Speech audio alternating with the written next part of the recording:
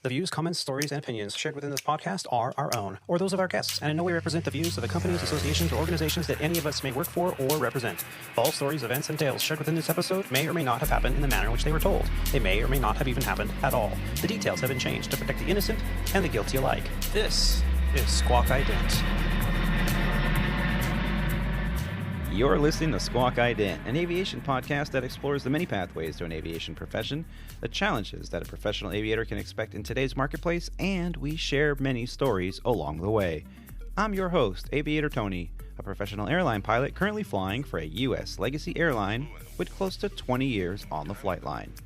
Welcome aboard Flight 112 of the Squawk Ident podcast, recorded on the 16th of June, 2022, from the mobile Aviator Sound Studios from high atop the 6th floor of the Royal Sonesta Hotel in Miami, Florida. On today's flight, we are fortunate to be joined by Captain Roger, Rob D, and Alex D. Together, we will catch up with the crew and hear about Captain Roger's recent global adventure. We also catch up with Rob D and his latest fishing adventure in Canada. Alex D updates us on his initial ground school progress at Sandpiper Airlines, and I share a recent experience conducting an honor flight that brought home one of our fallen soldiers. We explore a topic that everyone in the airline industry has been talking about recently, the temporary industry-changing pilot pay scale at American Airlines' wholly owned regional carriers. So stay with us as we run our final checks and prepare to push back from the gate. Flight 112 of the Squawk Ident podcast is officially underway. Before we depart, we want to take this opportunity to thank Captain Keith Wolzinger for joining us on Flight 111. We look forward to hearing more about your adventure again soon. Joining us today is an exceptional aviator and Squawk Ident co-host. He is a professional CFI, II, and MEI flight instructor, a former Embraer 145 airline pilot, a King Air instructor, a Dassault Falcon 900 EZ and 2000 pilot, and a Gulfstream 650 commander as well. He is a captain, director of flight operations, and corporate operator. He joins us mid-recovery from his 2-week-long trip that had him operating into and out of Mexico, France, Turkey, and Italy, just to name a few of his stopovers. Yet he is still out on the flight line flying. From Rock Hill, South Carolina, please help us in welcoming back to the show, Captain Roger. Captain, how you doing? I'm doing okay, Tony. It's it's funny. No one's gonna know this, but this was actually the second take of this. The first time I was off, and I got in just in time to hear my intro going, so I knew it was me. And this time, I had another phone call, and I literally just got off the phone, like about 3 seconds before he finished my whatever it is he said, because I didn't hear it. Well, you're a consummate professional, my friend. I'm a something. I'm not really sure what's happening right now anymore. I'm not sure where I am. I think we established that kind of over the break that I'm in the Carolinas, but oh God, you're not the only one. It's been a trip for the past. I don't know. How long when did you start that international trip? That was a couple weeks ago. May 20th. So you've pretty much been flying with the exception of a few days at home to kind of remind yourself what your family looks like. You've been flying pretty much since May 20th. Yes. I had a few days off, and then, we actually had a maintenance thing that I had to move a plane, which moved a plane to LA, which kind of turns into a day-long process. Flying to LA from San Diego is short. Yeah. Getting back to San Diego on the ground is not. And then this trip came up, which I was not supposed to be on this trip. But things happen, and so here I am. Well, we'll just kind of call it check airman responsibilities, if you will. Yeah, well, when you don't have the pilots, you have to step in, right? Well, it's not that we didn't have the pilots. It was that something happened, and that, maybe we're not going to send the other pilot with this guy. We're going to send somebody else, and that somebody else really is only me. Okay. The do not pair list. Yeah. Yeah. Except the client was saying do not and pair. Really, it's more kind of, it wasn't that the client said it was more of an optics thing. Yeah. It really, what it came down to is it was more of an optics thing. It really wasn't totally the pilot, but to make it look better, we sent a more experienced person, which is me. Right. And we kind of see this even in the industry in all the aspects of Part 135, Part 91, Part 121. Sometimes you just have to change things up, send the pilot home for a couple days, have a little conversation. We used to call it the Captain Charm School, when a captain had a little issue with one of the crew members, and the company or the union or whoever was leading that research would say, hey, why don't you go home for a couple of days and come back to the schoolhouse, and we're going to talk a little bit about how to talk to people, and in your situation it was a little different, but there's always that. So someone has to fill in, and unfortunately for you, that's you. Yeah, in our case, it had to do with the landing. I think it was a little unfair to the pilot. I guess, to be honest, I mean, it was a 300-foot overcast ceiling landing on a short strip, and the passenger thought it was a hard landing. Yeah. But then it just so happened that it was the exact same pilot crew with the exact same client on the very next trip, and something had to, again, from an optic standpoint, something had to change. Except, we can't send, just a different rookie with the same pilot. So yeah, so the boss had to step in, so to speak. That was pretty much me. It's like, well, there's only one way to fix it, and so okay. All right. Here I go again. Yeah. Well, thank you so much for joining us. I know we're both on the East Coast right now. It's a little tiring, a little early for us, and yeah, I got in so late last night. I could have slept another 5 hours, but hey, that's the life of a podcaster, right? For you, yeah, the listener. You see what we go through, Hopefully listener? There's more than 5 of you out there. We're here for you. Hey, I'm expanding our listener base. Okay, I'm getting more people in the schoolhouse to listen. Oh, that's wonderful. Awesome, Alex. That's wonderful. Thank you. That's uncomfortable for me. I thought there was only like a couple people, but now I might. Yeah, Roger, don't worry. Right. That no one's listening to this, Roger. Don't worry. Okay. No, there's at least 10 that I've gotten it so far that I keep expanding it out and more. So I'm gonna need to start using my toes to count. Yeah, get those socks off those feet, man. Come on, count using your toes. Because us pilots, we're not good at math.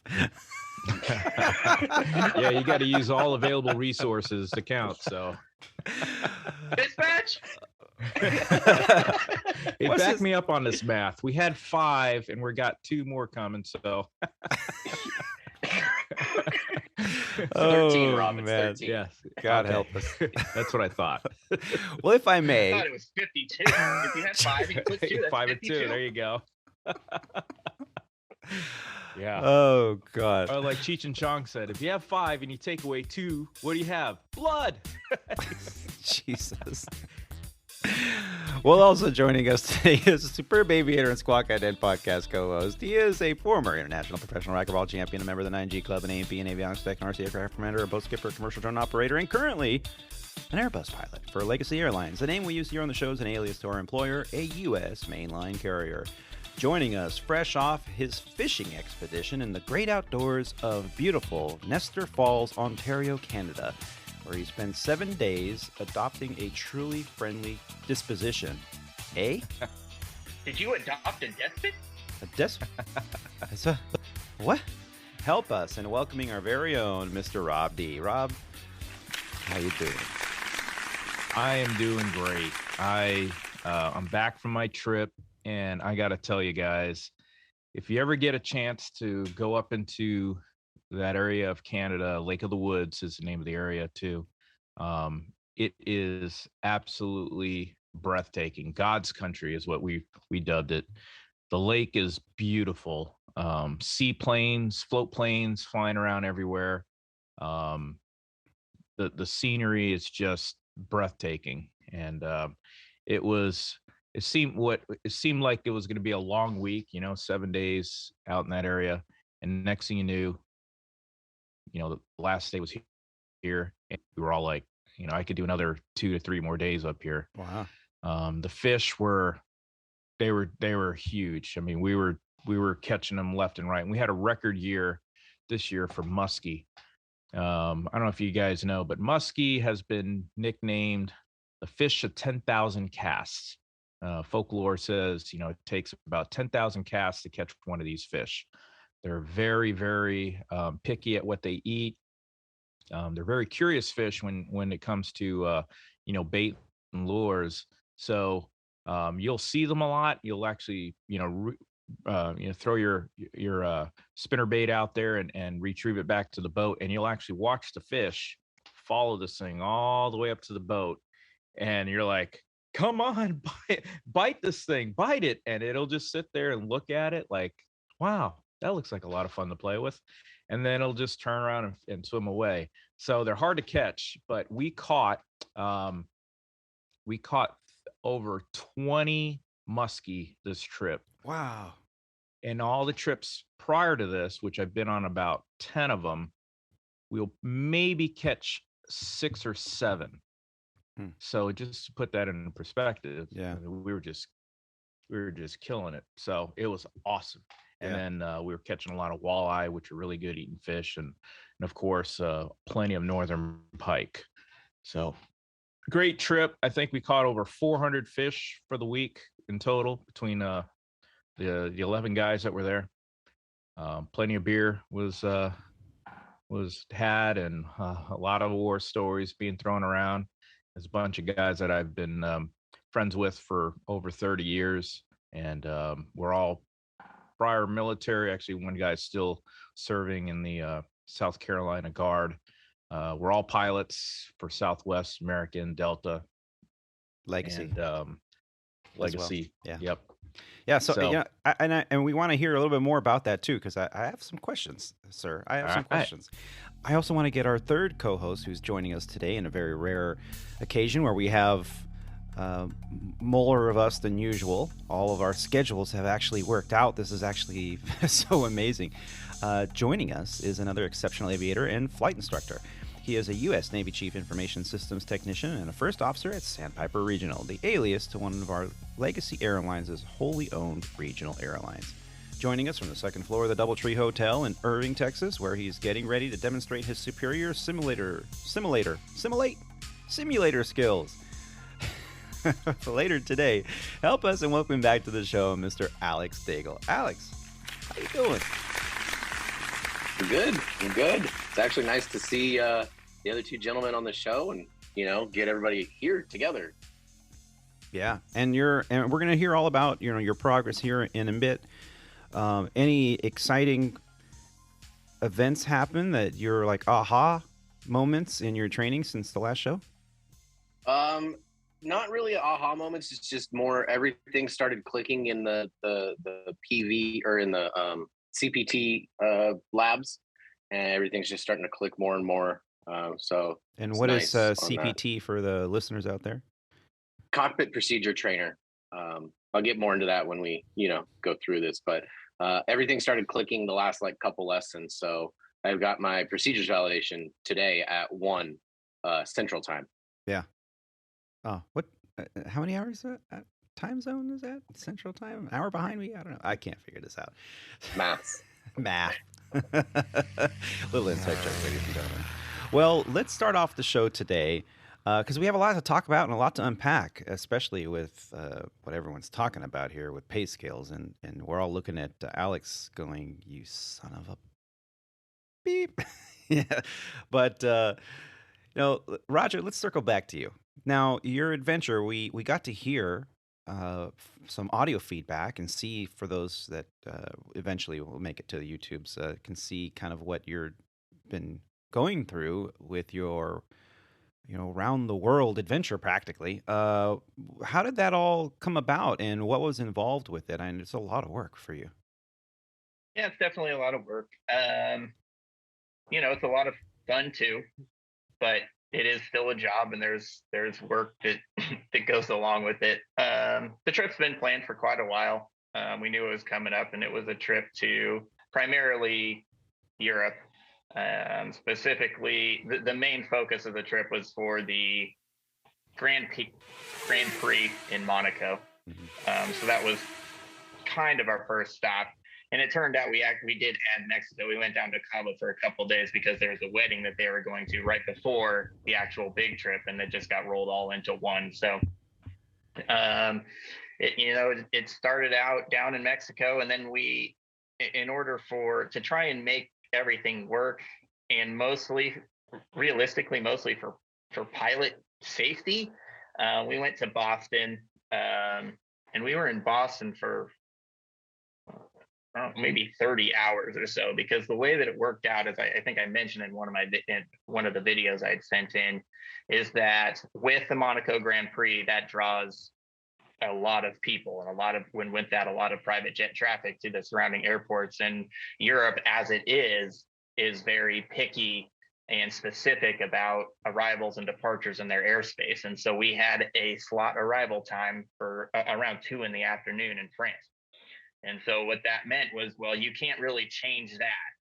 And so you got to back it up and figure out, okay, well, when are we going to leave from the States in order to make that time? And with the time difference, it just worked out that if we're going to go to Boston, that's a 1 a.m. departure, and you can't change that. So the owner actually allowed us to go to Boston. Like I say, we were there for probably it was probably about 30 hours by the time all was said and done, because we got in the evening before, and then we left the morning after. And so we flew. It was pretty amazing when we left at 1 a.m. and the sun came up really quick. By the time you fly north, at the end of May, and then fly east, and then we flew. We left at 1 a.m. and then flew for 7. It was about 7 hours, and it was 2 p.m. And so we were there while they had their trip. The pilots, we went to Geneva for a couple days. That was just, we airlined up on, kind of on EasyJet. Spent a couple days up there just because we could. Then came back and again had a slot time that we had to make in France. Unfortunately, that one actually went okay. And we went over to Istanbul. Istanbul is a crazy place. It's not really crazy. It's just the city is absolutely monstrous. Yeah. It's, I think, 18 million people. And when you're flying over it, the sheer size, it's like you look around and there's, 20 different downtowns, these sections of high rises everywhere. Mosques everywhere with the minarets sticking up everywhere. It was definitely different. Yeah. We stayed on the Europe side. We went across the Bosphorus and we went to Asia, and so I stepped foot on both continents within the span of 20 minutes. Did that a couple times. We were there for a couple days, and then we went down to Sicily.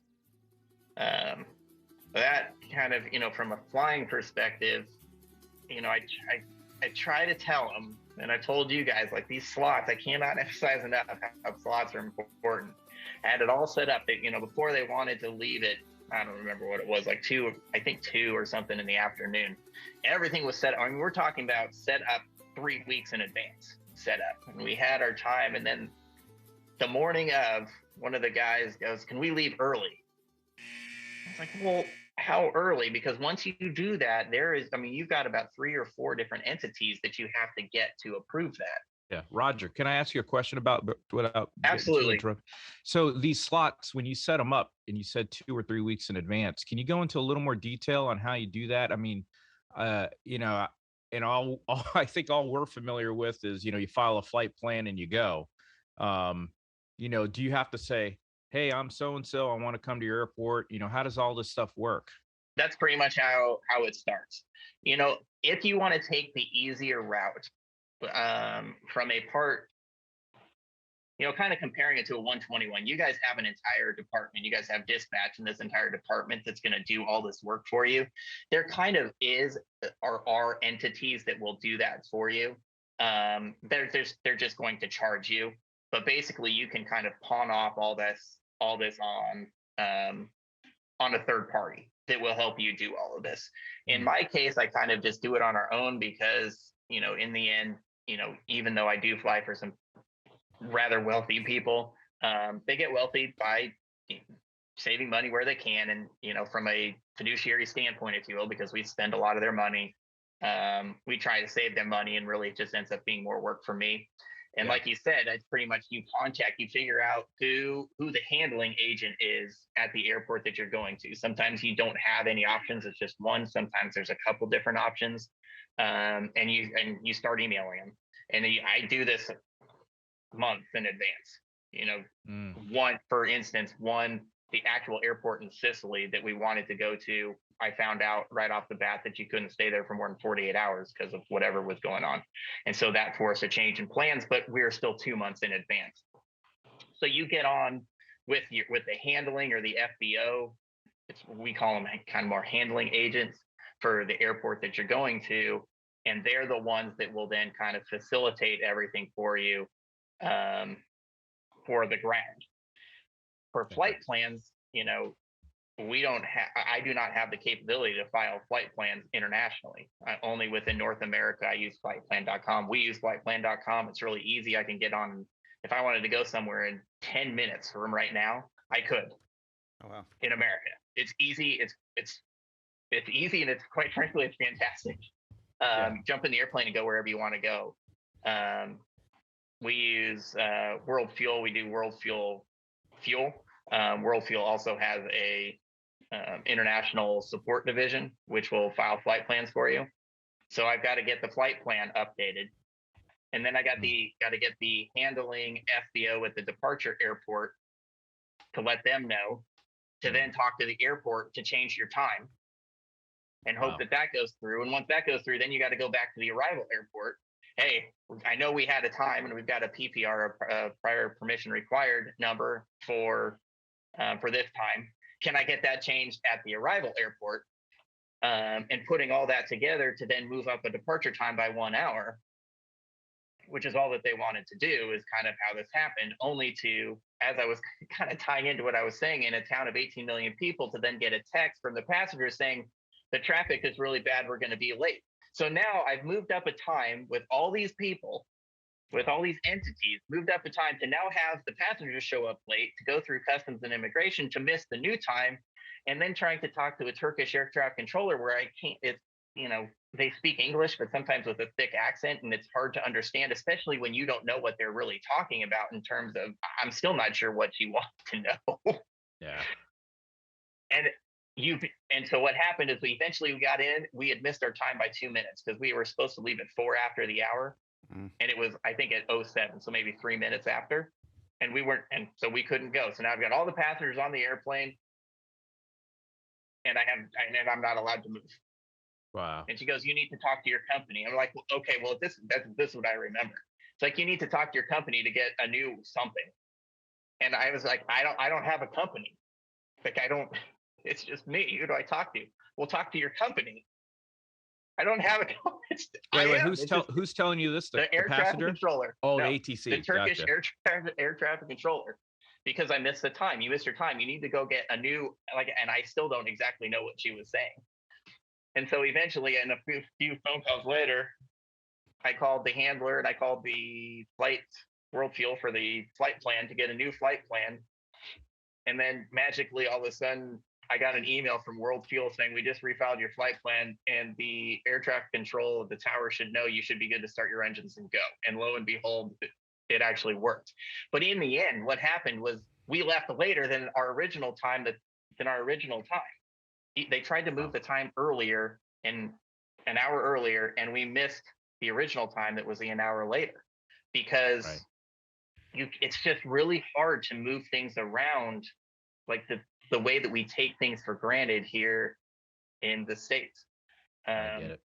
And when we got back, we flew to Atlanta, and we were at dinner, and the lead passenger, the owner, asked, well, if we decide to leave, we want to leave an hour earlier, can we do that? And I looked at him and said, we can do whatever we want. We're back in America. You want to leave whenever you want, we'll just go. It's just a completely different ballgame from an operations standpoint. And it is a little, because I've been over there a few times. It's still kind of uncomfortable, between the language barrier, and you have to make these times, and you're trying to, coordinate an arrival time with the departure time, and those two have to match. And you don't have any control over your flight plan because another company's doing it, and then you're waiting for them to send you a flight plan. Wow. It's just, Dude, it's just a lot stressful. different. It is. It Yeah. is a cool thing to be able to do. I've been over to Europe a few times now. It's cool. It's something, that a lot of people don't get to do, and even as pilots don't get to do. But don't get me wrong, there is definitely, I can definitely see why flying for a 121 airline over there, where you just get your 20-piece paper dispatch packet, and you do what, your company tells you to do, and you have these people built in, is definitely beneficial. Yeah. When operating under so many different restrictions, really. Yeah. Yeah, and do you think that's the contributing factor to all of this procedure that you have to jump through all these hoops? Do you think because of there are so many different, say, air traffic control centers that you are contending with, different language barriers you're contending with, or do you think that it's just the technology available to all of these other countries with air traffic control that they just cannot handle the volume that you would see in North America? I cannot answer that question for sure. If I had to guess, I would say it's probably a combination of several of them. I would say that they probably do not have the ability that we have in the States to handle the amount of volume that we do. And I also think that it has to do with the fact that countries over in Europe are the equivalent of states here in the United States, and you're dealing with a whole lot of different countries. Government stuff. Yeah. Yeah, it's you are flying over multiple countries with multiple different, and everybody, like Rob was just kind of, motioning, each one's going to collect their money. I got an email from World Fuel for, I think it was Bulgaria. Hey, Bulgaria wants to know, we didn't land in Bulgaria, but we overflew it. Bulgaria wants to know this, that, and the other, because they're going to, they're going to mail you. Yeah. They want to know where to mail the check, or mail the bill. Wow. But there's so many different entities, because it's not just the US FAA. That's one company that's doing everything that when we fly domestically. Whereas, we flew over, I don't even know, 10, 12 different countries over the course of this trip. And when you're flying over 4 or 5 different countries, I'm sure that, each country government is going to have their kind of hand in that pot as well. That would be my guess, but like I said, I couldn't say for sure. It kind of puts into perspective how when you and I and Rob as well, and I don't know if Alex, you've ever dealt with this, but when we were flight instructors, we had so many foreign nationals coming to the States to build time, to get their ratings, and they always said the same thing. We're coming here because it's cheaper to fly into our country and rent an apartment for 6 months to go through a program that costs a lot of money to fly in the States than it is to just fly in our own countries, because of all of these regulations, all of these fees, the fee for departure. Yeah. I don't think we've ever talked about fee for departure, the procedures on the podcast, but maybe that's something we can dive into in the future, is that we don't really have that. I mean, unless you're landing a Cessna 172 at Chicago O'Hare or something where you're going to get a pretty big check, or bill, I should say, for landing there. It's landing fees. But for the most part, you can fly into thousands, if not tens of thousands of airports around the country and never have to pay a penny to air traffic control facilities or airport facilities, because we don't have fee for departures. We don't have air traffic controlling fees like you're mentioning, flying over countries. And you never didn't land it there, but yeah, they handled you, and they're going to send a bill to somebody. And people are rich if they can fly airplanes, so why not bill the rich? So, that's a really interesting procedure that you had to go through. I do not envy you, sir, because I'm sitting here complaining about my. I think there were cold some airports in the United States that actually have a fee when you like. Yeah, landing they take fees. your N number down, like. Yeah. Anyway. Well, there's a lot of airports. Santa Monica's like that. The Catalina's like that in the California region, and there's some out there that are like that, but for the most part, Tony's right.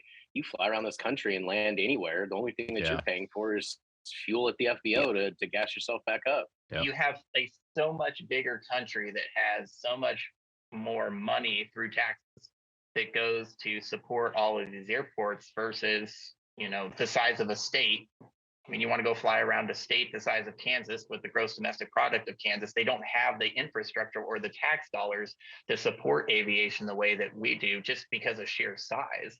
And Sure. I think that that's probably where a lot of it comes from. Yeah, I get it. And also for the paying the air traffic controllers, which maybe, there's just fewer air traffic controllers possibly, which then will affect the amount of saturation within the system. That space, yeah. Yeah. Well, but that's just a theory. I good did stuff, not say man. for sure. Yeah, and again, I just want to say thank you for sending us those video feedback. I know you were getting up really early before the crowds to do that, and there was. And I want to apologize for that one. I told Tony about the one. I think the one in Nice. I think I woke up ridiculously early because I hadn't really acclimated yet. I couldn't talk. I knew what I kind of wanted to say, but there were multiple times where I just the Gulfstream. Your circadian rhythm was jacked up. Yeah. Oh, it was horrible. And then I got back, and then I couldn't sleep past 2 a.m. Yeah. I'm dead tired. I'm falling over at 8 o'clock at night, and I pass out, and I wake up at 2, and I'm just looking around in the pitch dark. I hate that feeling, man. Yeah. That sucks. Yeah, we were talking about that, earlier in the week, how we deal with red eyes and things like that, and we're like, spent for a day, but we're still out there, taking care of the chores, but we're dragging. And here you are, you're in different, what we call theaters. The FAA under part FAR 117 says, if you're outside of theater or in theater, there's different rest periods for acclimation. And you were in multiple theaters on this trip, and we text back and forth, and you were saying, yeah, it's been a couple days. I'm still not up to par. And then you went right back out and start flying domestically. Yeah. I did get a kick. I think I was in Istanbul and you were in Hawaii at the time, and just doing the math, I was like, so I guess I'm 13 hours ahead of you. And then I was thinking about it, that's actually shorter to go the other way. You're like 11 hours, but then on the international dateline. I thought I kind of got a kick out of that because you flew west and I was so far east, literally on the opposite ends, except, 13-hour or 11-hour difference. Just a quick side note that I got a kick out of. Yeah. And we all know how good I am at math. Recently, we were trying to. Yeah, I just. Gonna let that go. We were trying to iron out yesterday what time we were going to start today. I'm like, so what time is that Eastern time versus Central time versus? I was pretty spent, but hey, we're pilots, dude. We should all just use Zulu time, and it'll be much easier to figure it out. Well, I have a little dial on my watch. An Apple Watch, oh yeah. I guess I should probably take that call. I got a Apple Watch. One of the best things about it gives me Zulu time all the time. Yeah, yep, that's good. Yep, love it. Yep. Well, Rob, I wanted to kind of dive a little bit further into your adventure. Sure. I know you had your big birthday celebration. We talked about that a little bit. I forgot about that. Yeah, so kind of out of the blue, it was a big surprise birthday party that your family threw for you. How cool was that? That was awesome. My wife threw me a 50th surprise birthday party, and I got to tell you, I was stone cold shock surprise. I mean, it was way out of the blue. Leading up to the to my birthday, my wife's asking me, you want to have some friends over? What do you want to do? You want to go out to dinner? And every time I'm like, no, babe, I just want to celebrate with you guys, maybe go out to dinner. And, I don't want to make it a big deal. But my wife is way into like birthdays and anniversaries and all that stuff. So she has to go, all out. And so the day was kind of for me, it was just like, hey, it was another day.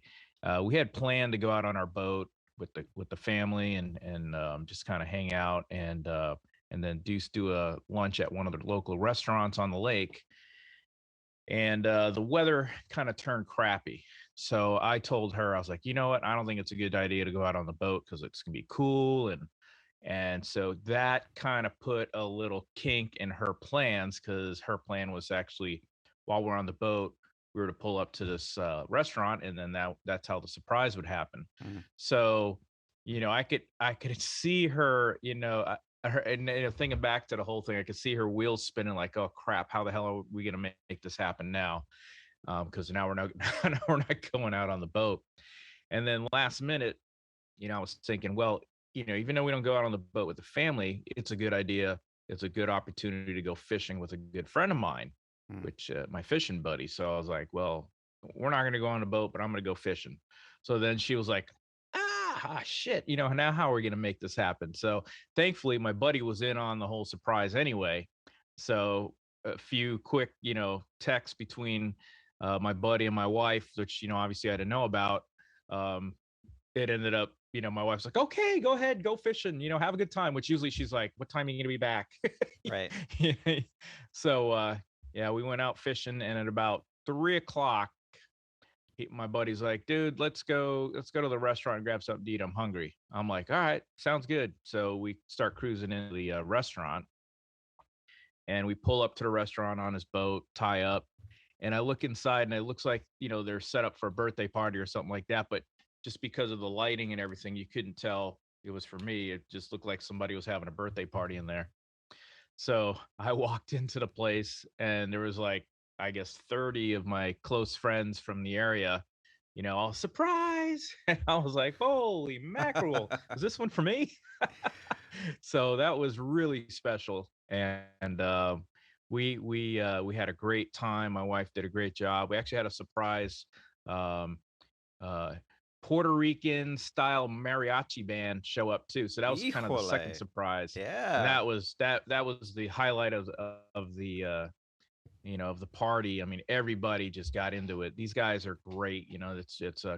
It's Puerto Rican music. It's kind of, they have all their instruments there, and they sing and they dance, and they really, really engage the crowd. So within like 5 minutes of them being there, not only was everybody in my group at my party just dancing and having a good time, there were people that were just not part of the birthday party, who were just having fun, having food and drinks at the restaurant. They all started to join in, and next thing you know, this band was doing business with the other groups so that they can set schedule parties and stuff like that. So Oh, great. anyway, long story short, that was really awesome. It was a great surprise and a job well done on my wife and everybody involved. Yeah, I remember. And you text me from the party. You're like, check it out. And then your wife was posting pictures on social. And I was like, wow, that's so cool. I had no idea. It was really crazy. nice. But Yeah. yeah, you got to keep her there, bro. You got to keep her. Yeah, it was crazy. And the funny thing about this whole thing, and internally here in my household, is that I suck at planning surprise parties. I just don't have that kind of a foresight or gene in my body that can do that kind of stuff. So I have to enlist all the help of my friends to, hey, let's do this. I just don't know what I need to do. Just you guys set it up, and if you need to buy anything, just send me the bill and I'll pay you back or whatever. Yeah. And anyway, Yeah. she does it a lot better than I do. Yeah. And so this fishing trip, was it related to this, or is it something that you do every year anyway? No, so this fishing trip was a trip that I have been going on for the last 20 years or so. It's me and a group of my closest friends that I've known since I was a teenager, right out of high school. We all have joined the military, and they all became pilots. So most of them are fighter pilots, F-16s, and one of them flew C-17s, which was Mark Furman, Colonel Mark Furman. You actually interviewed him on one of the previous episodes. So so we all have been going on this fishing trip for the past 20 years or so, and we go up to Canada, the same place, Nestor Falls, every year, and stay at the same lodge. We've known the owner of the lodge for the last 20 years. And so, we show up, and it's like hey, there's your boats, here's your cabins. We'll see you at the end of the week, that kind of thing. So we go up there and we catch fish, muskies, northern, walleye, perch here and there, a lot of smallmouth bass too. But it's a trip of a lifetime, and we something that a special bond. We call it the band of brothers. We've been close friends for 20, it's over 30 years. We've all been to each other's weddings. We've all been to each other's retirements and anniversaries and all the special occasions. And we have a group text message going that we've been. It's the same text message group we've had for forever, since cell phones were invented.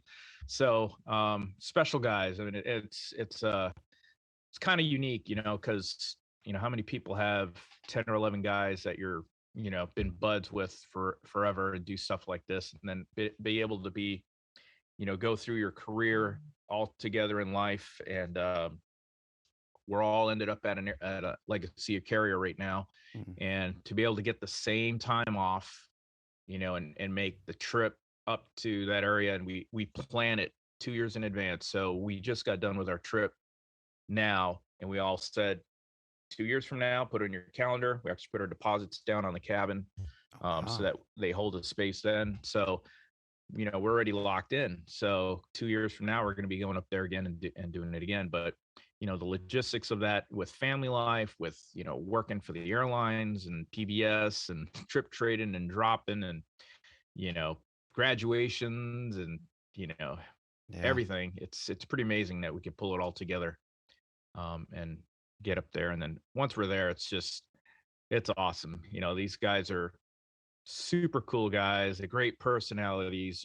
There's never an argument in the cabin at all. We're all just telling jokes and stories and reliving some special moments between us, and laughing and crying, and it's just a great time. I mean, that's why we do it, because it's awesome. And what an opportunity. I mean, that's like, oh, it's awesome. If you weren't already into writing, Rob, I think maybe some screenwriting classes, because that is like a Hollywood hit movie right there. I'm sure some of the stories that have been shared over the years could definitely be entertaining. Yeah, it's fun. It's so entertaining. I mean, I invited two friends of mine that weren't military, and so they went up, and they had never met. Actually, one guy had met these guys before, but one of the other guys who works for Legacy Airlines with us, he's never met my buddies before, but I knew he'd be a perfect fit because I've socialized with him and enjoyed some good times with him. And I said, you know what?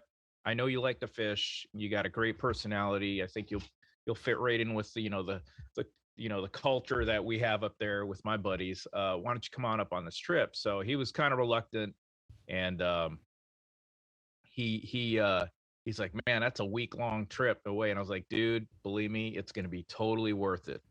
So he got up there and he started, he sit in and listen to all the stories. And after like the first or second day, he's telling me, God, your friends are so fun. They're so cool. These are great guys. I'm like, yeah, dude. I mean, I'm just happy to be a part of it. I mean, I just, I'm just honored just to be amongst them, and the stories he was telling, he's like, God, these guys, I really want to hear that story again on how this guy got his call sign for, flying fighters in the Air Force and stuff like that. And some of these stories are great. And I could just go on and on and on, man. This is it's just such a wonderful group of guys that we have there. Yeah. And I can, when I hear you talking about it, it warms my heart, because to have a family and a spouse that goes out of her way to celebrate something so momentous for you, and then to have a group of friends that you have been in that tight group for so many years, for so many decades, and it's inspiring. I aspire to have that, to to develop that. And it's work. You can't just be flaky, and it really is work. You're planning 2 years in advance. I mean, that's saying something. Yeah. And so, yeah, thank you so much for sharing that. The Yeah, photos that you've shared, anytime. I'll put some pictures up on the website once this posts to the next podcast. But All the right. photos were just like right out of Field and Stream magazine, man. I'm like, damn, look at this guy. And the crazy thing is the photos don't do it any justice. It's Yeah. just I could just keep talking about it, but like I got to share this story. So real quick, we got out on the lake super early. Super early to us is like 9 o'clock in the morning because we've been up drinking all night. But anyway, we got out on the lake super early. The weather is perfect. It's about 60 degrees at that time. There's zero wind. The lake is glass as far as the eye can see. And you're on these boats and they're really low to the water, really low to the surface of the water. And about this time of year, and I forget what they're called, but they're I think I call them cottontails. They're the little grassy things that stick up out of the water and they have like these cotton balls at the top. Mm-hmm. Well, this time of year when the wind blows, those cottontails just go airborne and they're everywhere. And of course, when it stops blowing, the wind stops blowing, these cottontails settle down onto the water. Well, there's so many of them that it makes like a glass. It looks like snow on the lake. I mean, the lake is completely covered with these cotton balls all the way across the lake, and there's no waves. So when you look, it looks like you're on a sheet of ice or a sheet of snow as you're cruising across the lake. And it's the coolest visual optical thing you could ever see. And then the funny thing is when the wind starts blowing again, all these cotton balls that haven't blown off or whatever are airborne. So it looks like it's snowing all the time. Like these things are they're everywhere. And probably the one annoying thing about it is that eventually they'll end up in your face and your mouth or your hair, and you're like, Yeah. It's trying to slap away. You think they're one of the 50 million mosquitoes that are up there too. That's probably the downside of being up there. Yeah. But every second or so, you think there's something on you. You're like slapping it away. You think it's a mosquito, but it's these cotton balls that are just, but that's how many of them are out there. So it's pretty cool. I get excited talking about it because it's so cool. Anyway, let's press on. I could go on and on about it. Well, that's really cool. And if you have a photo of that, please share it with me. I'd love to see that. Yeah. And Alex, let's get to your training. You're in the thick of it, getting ready. Are you getting nervous or excited or what? It's more. I don't know. There's not really like excitement and not really getting nervous. It's just kind of like, all right, let's get it done. Like, let's move on to the next thing and let's knock that out. It's kind of almost in a way military regimented, right? Where you go and you follow the certain schedule and you just get to the certain points and you're like, okay, cool. I've done what I need to do. Let's move on to the next thing. I've done what I need to do. Let's move on to the next thing. And that's kind of where I feel I'm at right now is we got through all of the ground courses, finished CPT's cockpit procedure trainers yesterday. Kind of got a semi brief on what today is going to be like for the procedures validation. The procedures validation is what they call in the AQP program your first gate. There's like several gates that you need to get through to move on, and this is the first big one. This is where you basically put your money where your mouth is on your flows and your procedures and getting you to basically take the airplane, if you will, from a gate up in the air back down to the ground and back to a gate, just like you would in the real world, except you're sitting, not in front of a paper tiger, but in front of a touchscreen computer, and flying it. Rob was on the 175, so he probably remembers those procedure trainers, and they're pretty technologically advanced. I mean, they're pretty smart.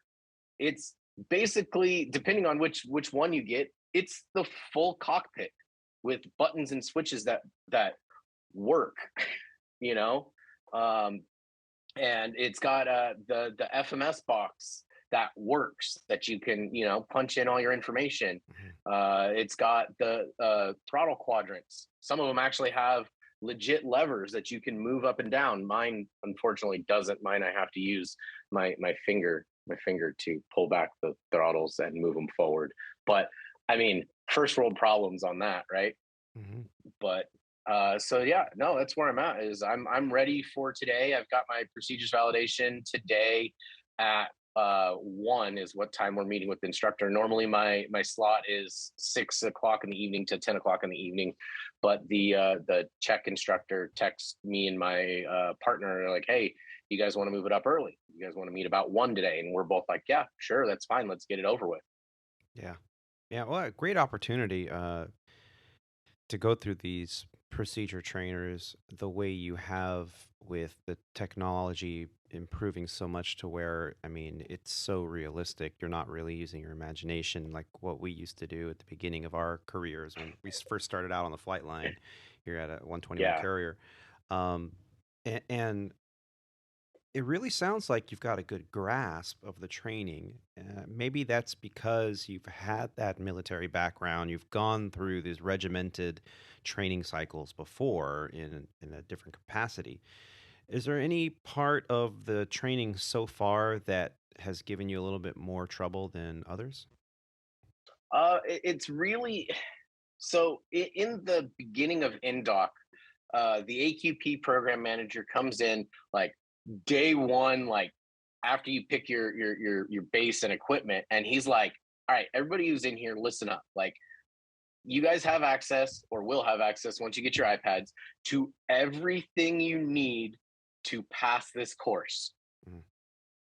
Start studying now. Yeah.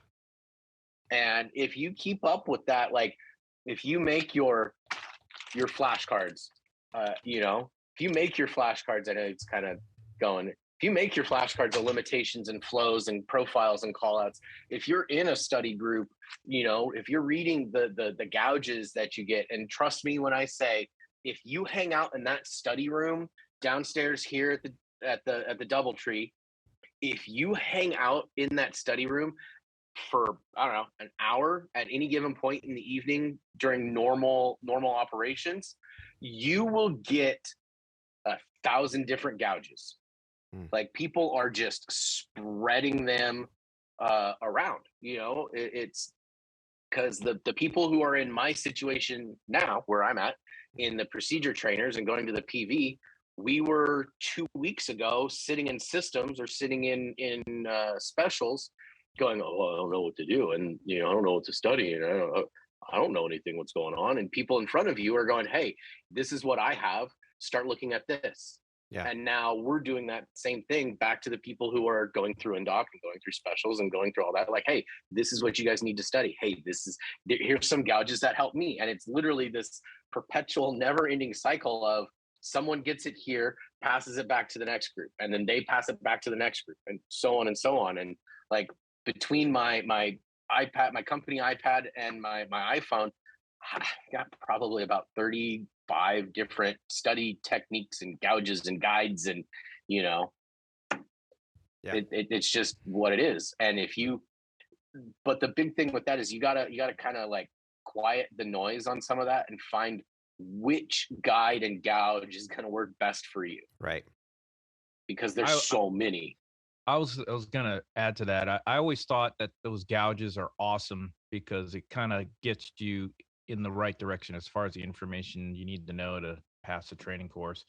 But I also tell guys, you need to open up the actual book itself and find the information, because not only is it gonna show you, train you on how to use the iPad and all the books that are in the iPad, but you get all the up-to-date information that's in the books, because sometimes those gouges change, here and there. And I don't know, it doesn't really make that big of a difference, but you're current on the procedures, and next thing you know, you're seeing things in there that are not in those gouges that you're like, oh, that's how we do it, or you know what I mean? Well, and to go off of Rob's point, he's right. Like, the study guides or gouges or whatever you're getting is good because they'll give you like the abbreviated flow, right? Like, ICAS checked.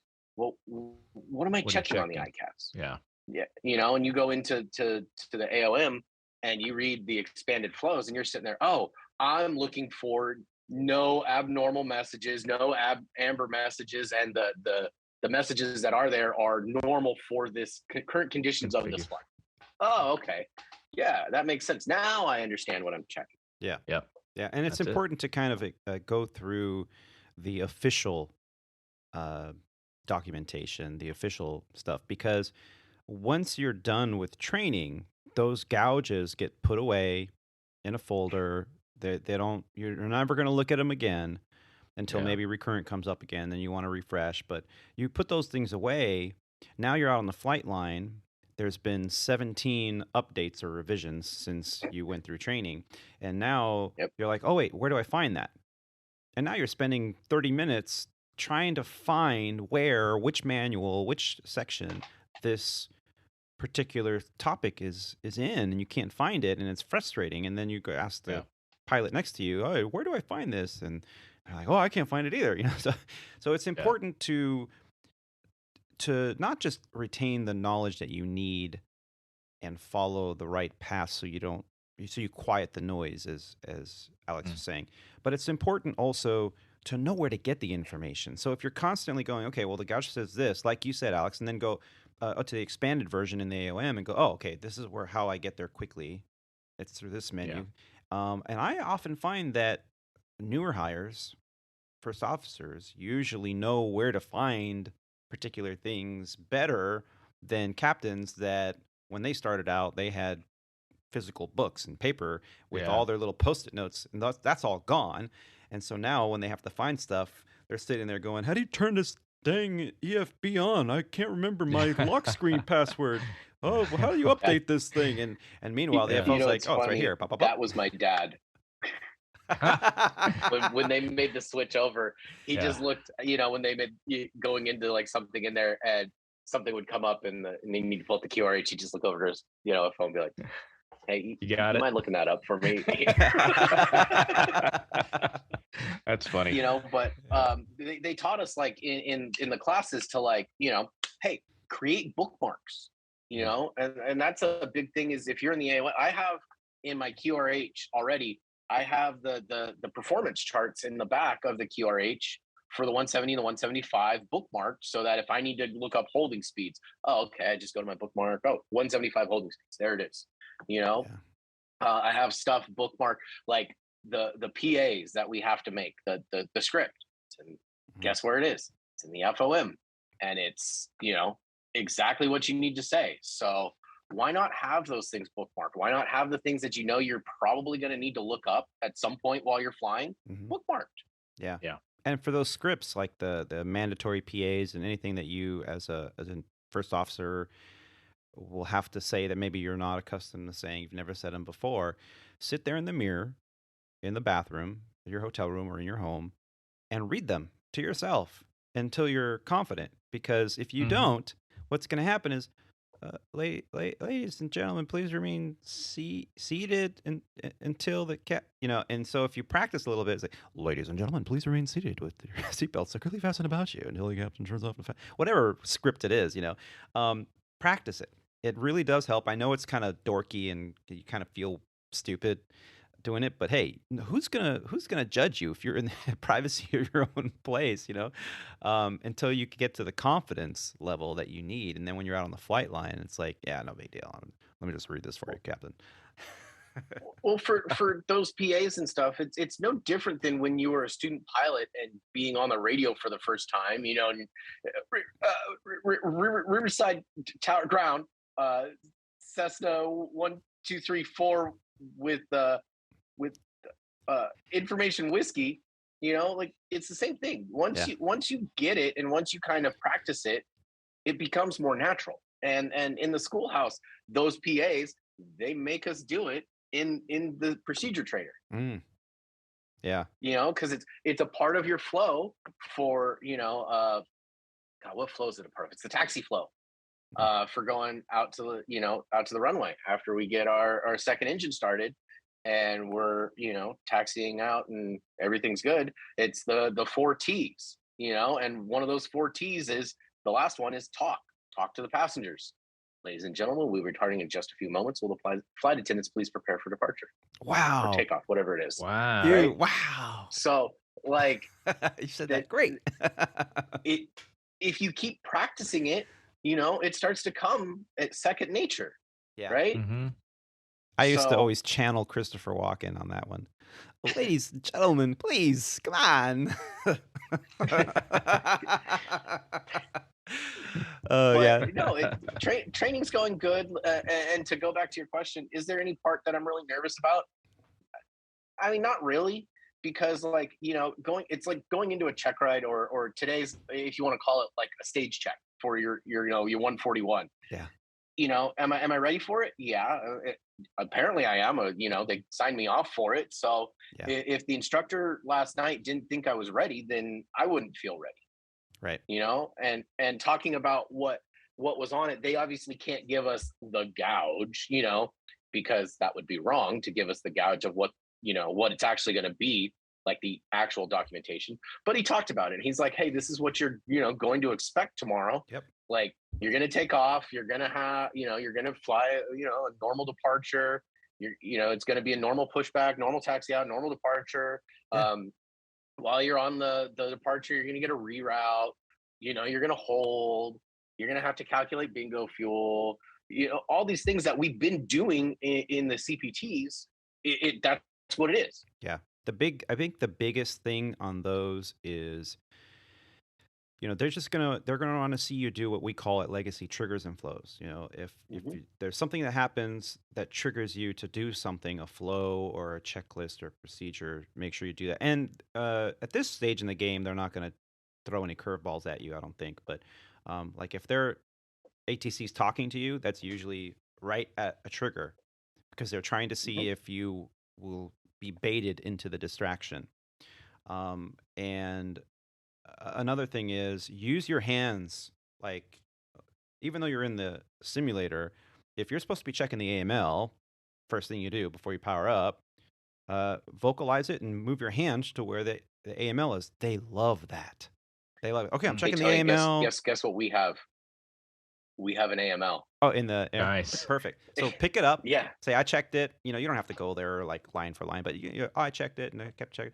And then on the distraction, hey, we got a reroute. Advisor ready to copy. Here's the one thing you're going to remember for the rest of your career. Who's flying the airplane? So if you're supposed to be flying the airplane and now they're giving you a reroute, make it clear to the other pilot who's flying the airplane. If it's you, it's like, okay, I'll fly the airplane, you get the reroute. And then if now you have to verify the reroute, positive exchange of controls. That's the main thing they want to see. Don't just go start programming it in the box because you think, well, the autopilot's on, we're level flight, we're cruise. No, they want to say, okay, are you all set up? Did you get it in there? Yes. Okay, your aircraft, my radios, I'm going to verify this approach. And so your head's down. And the other pilot is now pilot flying. You're now pilot monitoring. Your head's down. It shouldn't take you 30 minutes to verify everything. You should they've done it. You're just checking to make sure that they didn't miss anything. There are no, opens in the flight plan or like a wrong fix or something. So, okay, great. Everything looks good. That's a good time to brief it, right? Brief the approach, brief the arrival, because again, you're not flying. You're going to fly it. And then you go, okay, any other questions? No? Okay. My aircraft, your radios, and positive exchange of controls again. And guess what's happening when your sim instructor feels like, okay, they know what they're doing. They're going to talk to you like as if they're ATC. Doesn't maintain 5,000. And so now you're like, oh, quick. Okay, I guess he's heard enough. So, okay, positive exchange controls, and that's it. It's really something that you're going to do out on the flight line. But like you said, when it's the first time you're flying in that Cessna 172 trying to talk to ATC, 1, 2, 3, and so it's going to be a little bit of a struggle because you're just not used to it. But after, a couple of years out on the flight line and you've been doing the same departure out of the same airport for the last couple of years, then it's just like you don't know how to write anything down, although you should. You're just like, yeah, and you're good to go. So that's what this is all about. Triggers and flows. Will you get distracted? Positive exchange of controls, and act as if it's the same like you're in the airplane. So use your hand gestures, vocalize. They love that stuff. And no, I agree with you 100%. One of the things a couple of the guys and I were talking about last night after we got back is, this is the first time that I'm going to be with a captain, right? Because my partner and I are both FO new hires. So we have to swap seats, which is fine. And I get it. But with the new hire, FO, this is the first time I'm going to be with captain. And I was telling my partner last night when we were in the sim thing that, like, he's a captain, you're an FO, right? Cool. But when you're pilot flying, that is your airplane. It is your responsibility at that time. You hold the quote positional authority over that captain to be like, hey, I need you to program this. Hey, I need you to, to set up and review for this approach. Maybe not say need and all that, but ask the captain, hey, can you set up and review the approach for me? Right. Right. And in the sim or in the CPT, if because obviously I know that's an FMS procedure type thing, and they want to see how you program and do all that. If they say, hey, can you set up and review this approach? And they say, no, you go ahead and do it. All right, your airplane while I'm setting up and reviewing this approach. Right. Perfect. Yeah. So, we've kind of, my buddy and I who lives out here, we talked about that last night. And that was one of those things that, like, all right, cool. If you're gonna make this, me setting it up and I'm flying, then guess what? While I'm setting up, you're flying. Right. Yeah. Right. And you won't get too much pushback by anybody on in real world time, flying a real airplane like that. You do stuff like that. Normally it's whoever's kind of, not busy at the moment, especially in cruise, you got the thing on autopilot, you just set it up. Normally the pilot flying is going to set it up anyway. Right. But there are times where you set up, you review, you brief, and then they change the runway on you and you're already knee deep into a descent, or, trying to manage the airplane on a star and arrival, trying to meet an altitude constraint or whatever. And they change the runway on you. Then you're like, hey dude, can you mind setting up and reviewing the new approach for us? And yeah, so yeah. And if you're below 10, I wouldn't do the exchange of controls to brief it after they put it in there for you. I would just say, okay, why don't you brief me on the changes? yeah, That way you're give me just the big stuff. continuing. Yeah, you're in a critical phase of flight. Don't sit there and do exchange of controls so you can rebrief something, a new runway assignment. Just especially if it's a VFR day. That's when all the accidents happen. But that's and that's the other big thing. I think a lot of people get all, I don't know, they kind of overload it. It's like, it's VFR and they're actually advertising on the ATIS visual approach to 17 center. And they'll brief the whole ILS approach. Gosh. Yeah. And I'm like, guys, we're not doing any of ILS that. approach. If you go missed, none of that stuff on that plate matters. The only thing you're concerned with is course and altitudes. That's it. Course frequencies and altitudes. Yep. That's it. If you go missed, it's going to be whatever the tower tells you to do. And we're so, we can go into, legalities and stuff like that, but right. We're so used to setting the misapproach altitude on the approach plate. That's what we do. But in reality, TPA. You're really only cleared to the traffic pattern altitude or right. whatever last altitude assigned. Maintain 3,000 until established. Well, you go miss. Guess what? 3,000 is your misapproach altitude. Yeah. So anyway, how often do you guys actually fly the published miss? Well, first off, let me ask, how often do you guys go missed? And second question to that is, how often do you fly the published missed? So Mexico, you're going to fly the published missed. Okay. Radar environment, 9 times out of 10, you're going to fly a published missed. Ask me how I know. Check airman for a couple of years, had to go missed a couple times in Mexico. Yeah. You're flying a published missed.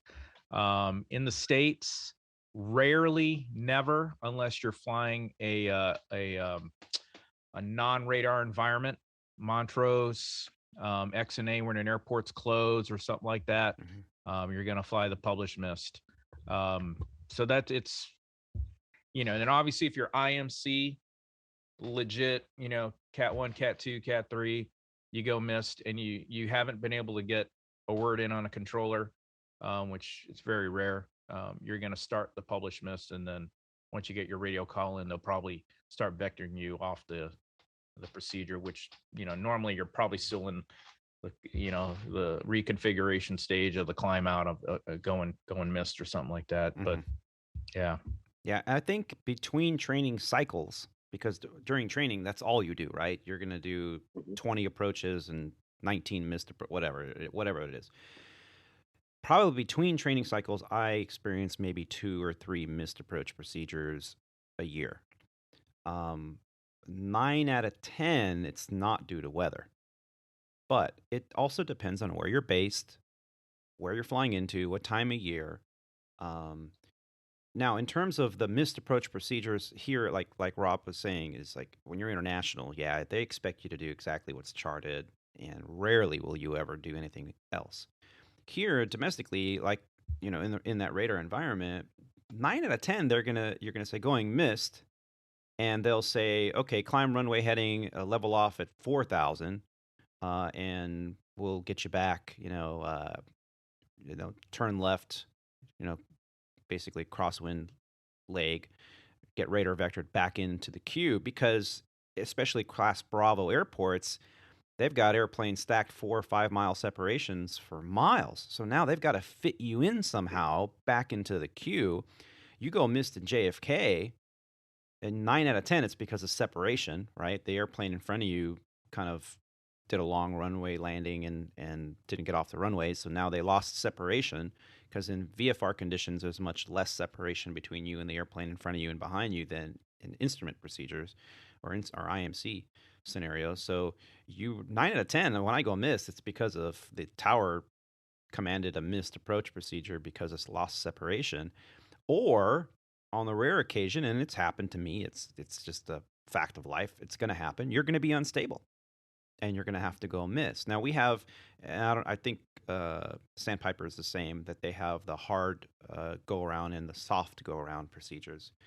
Correct me if I'm wrong there, but we do that on the Airbus. So when we go missed for a reason other than performance or really bad weather, we do a soft go around. So we go to Toga to cycle the FMS into the missed approach procedure, and then we pull it back to climb immediately after. And then we usually will get a heading and an altitude other than what's charted in order to cycle us back in.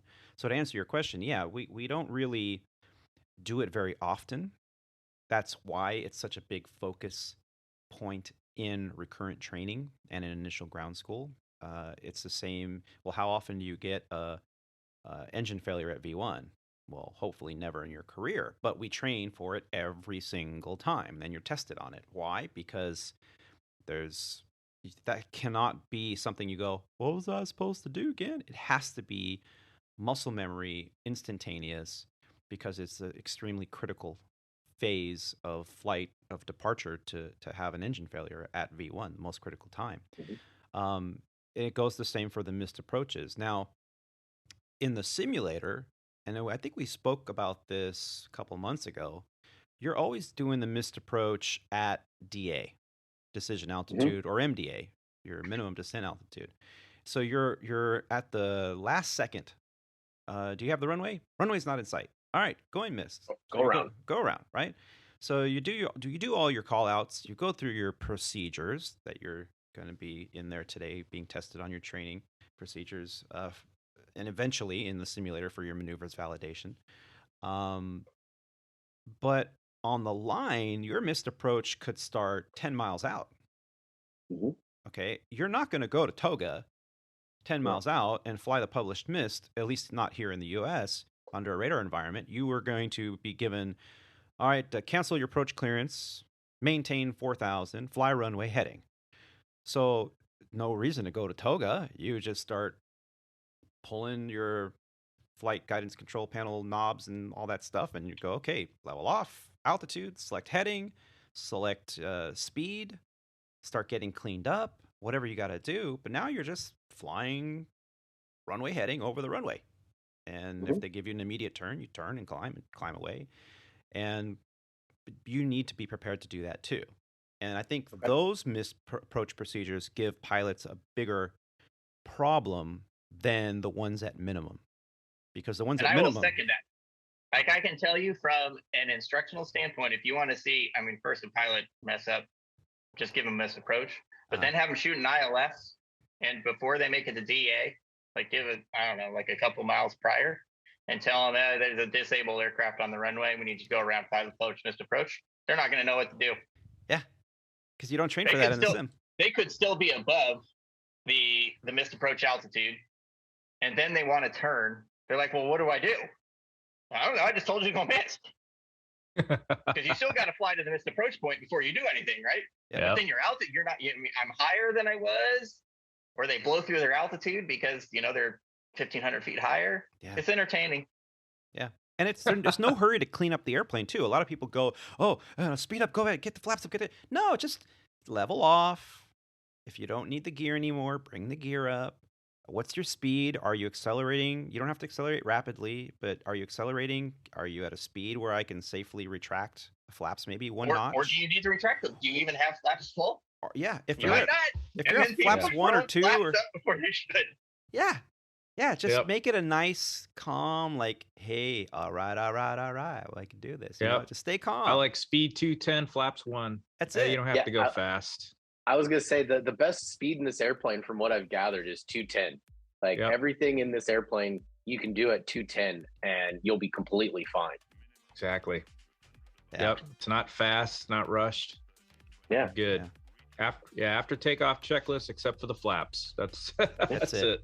it. And thank you so much for leading us into this conversation, Alex. This is actually something that we weren't planning on talking about, but this is exactly kind of the thing that I love bringing to the podcast, is a little bit of insight on what we do and what we've seen over our decades of flying the line.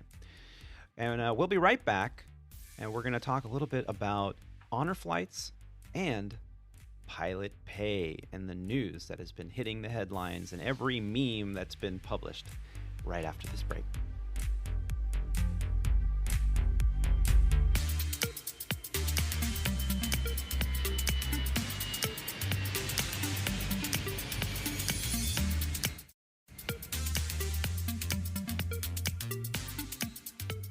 And ladies and gentlemen, welcome back from the break. Well, we've all been talking about it. You've probably heard about it unless you've been living under a rock without Wi-Fi, which is just awful. American Airlines' regional partners increased pilot pay by more than 50%. And check airmen at the regional partners will now be making more than wide-body captains at the legacy carriers. What? Let the memes begin. This is outrageous, but I just want to go on record saying I'm okay with that. well, I'm okay with it too. Come on. Who works harder? The 777 captain who sits back, turns on the autopilot, and falls asleep for 12 hours? Or the check airman who's flying with Alex down here, who's never flown a jet? Wow! Yeah. Let the memes begin on that. Alex, you have now been privy to Rogers. Roger, I used to love how you used to get on those 121 guys all the time. I couldn't help it. And It just came to me. I had no idea it was going there, and then it just came to me, and it came out. like I said, I used to love how you would get on them. And you know what? I'm one of them now, so I take that disrespect very, very much to the Welcome heart, to the okay? club. I'm gonna find myself on the internet and memes now. So a couple episodes ago, we were talking about kicking the can down the road for 2 years with the potential extension of the mandatory retirement age going from 65 to 67. All of our unions have been talking about it. I know Southwest Airlines' union was talking about it, and even ours was saying it's not going to happen. It doesn't fix anything. It kicks the can down the road for 2 years. It's not a solution. It is only a Band-Aid. And we were talking about this here on the show, and we collectively thought, the only way to fix this is to get more people into aviation, not get the people that are in aviation a way to stay longer. But we need to get more people into aviation so that the hiring pool increases exponentially. And the FAA has put out statistics on how no one's getting their freaking commercial anymore. It's just not happening, and not at least in the numbers that were there turn of the century in the year 2000s and things like that. The numbers have dramatically decreased because why would you go into debt for $100,000 or $200,000 in order to make $30,000 or $28,000 your first year as a regional pilot, jet operator? It's ridiculous. I know Rob, Roger, and I all went through that. I mean, we were struggling financially. Here we were flying for a airline and barely making 30-something thousand our first couple of years because that was the industry average pay scale. Now, I know there's some wide body captains out there going, well, when I was a young lad, I made $16,000 my first year and ate only macaroni and cheese. And I'm just like, well, hey, that's great. But was coffee $7 and gas $6? And, I mean, no, right. It wasn't. Coffee was a nickel, and you used to walk Moses to school. But, in all seriousness, things were different. Inflation wasn't what it was. And so here we are now at a sign of the times where you have to have an ATP to be a first officer at an airline. There's so many more requirements, so many more safety regulations, so much more financial burden to get this career. The only way you're going to attract more individuals to come into it and have some kid going, I want to be a pilot when I grow up, is to pay us ridiculous amount of money so that instead of being a social media influencer, what we want to be is an airline pilot. And it's happened. Or at least that's what we think.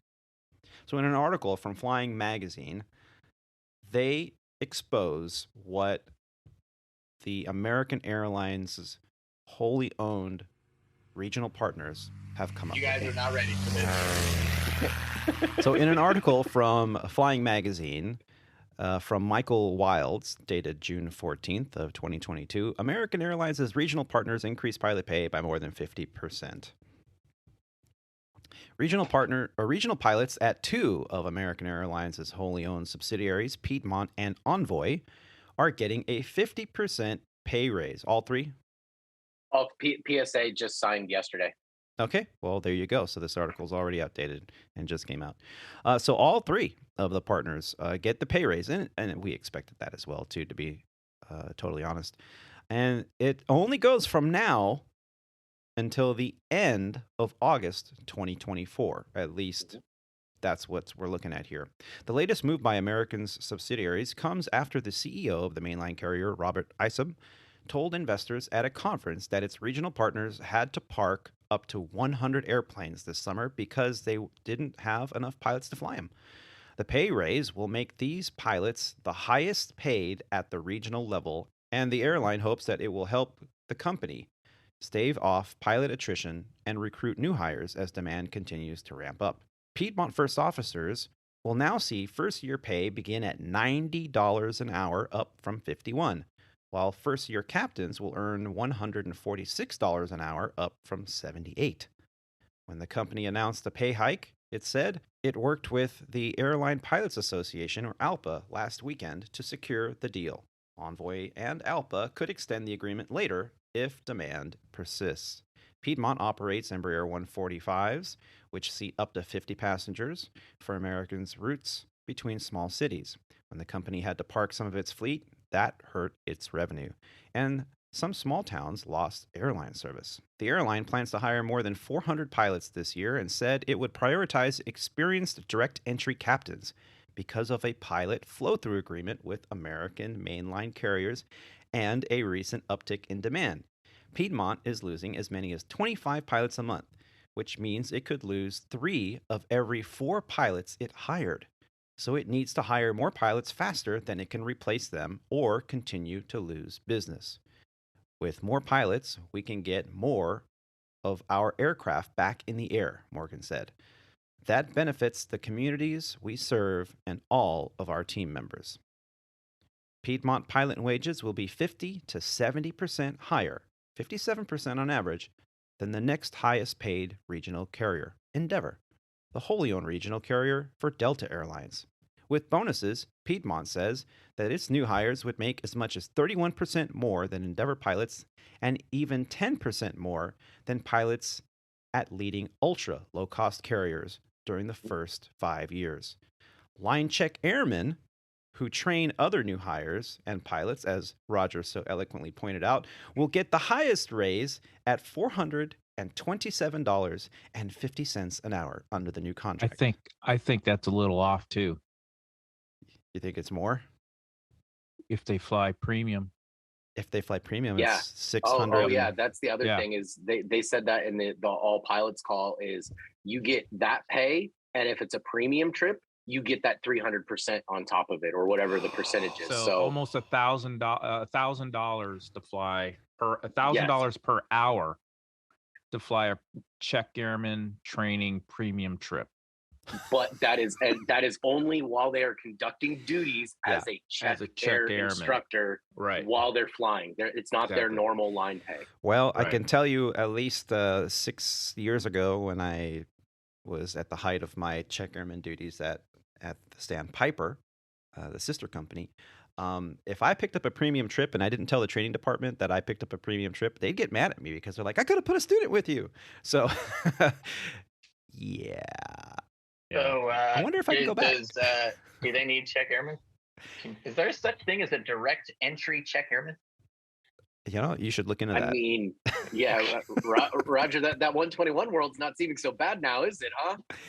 I mean, you may not be able to go to Istanbul for your layovers, but hey, Grand Rapids is not bad. I love Grand Rapids. Yeah. I was going to ask you, North Roger, Dakota. does this at all, set off any, alarms in your head? Like, hey, this is something I need to look into from your standpoint. I'm just wondering how it looks. I'm just wondering how it looks into the community of, non-airline pilots thinking about getting back into it.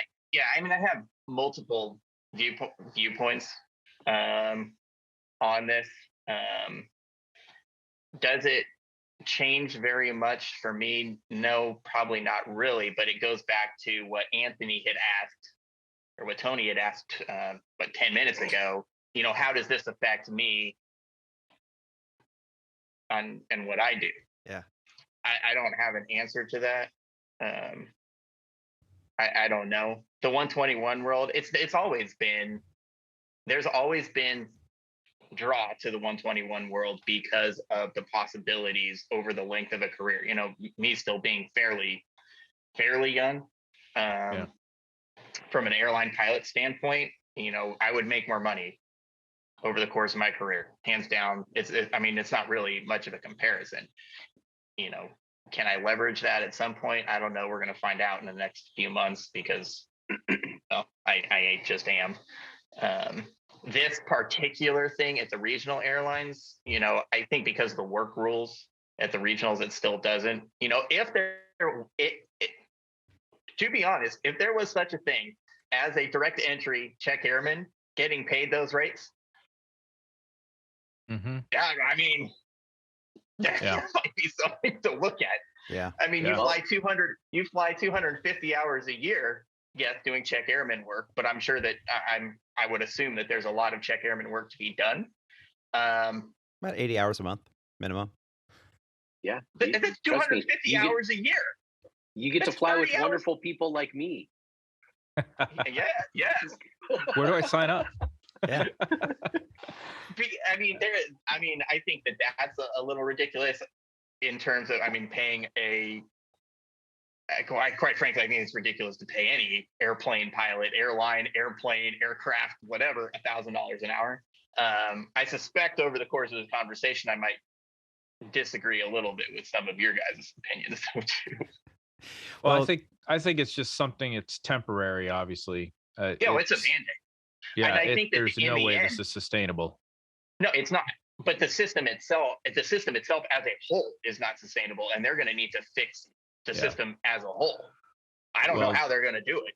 I think in the back of every airline pilot's mind right now is these gains.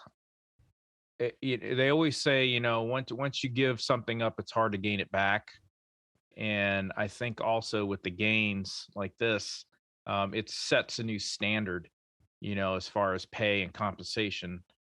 across the board for, obviously this this pay structure, like Alex said, it has a sunset date, at some point, and they said it can be extended. But I guess my point is that, this is now the new standard, and it's going to be really hard to negotiate off that standard. Because as soon as you say, okay, we're going to snap back to our old pay rates or something just a little bit higher than what it was before, but it's considerably lower than what it is now, you're gonna start that cycle all over again where, okay, well, that's not worth it anymore, and we're gonna we're not gonna get new hires like we were before.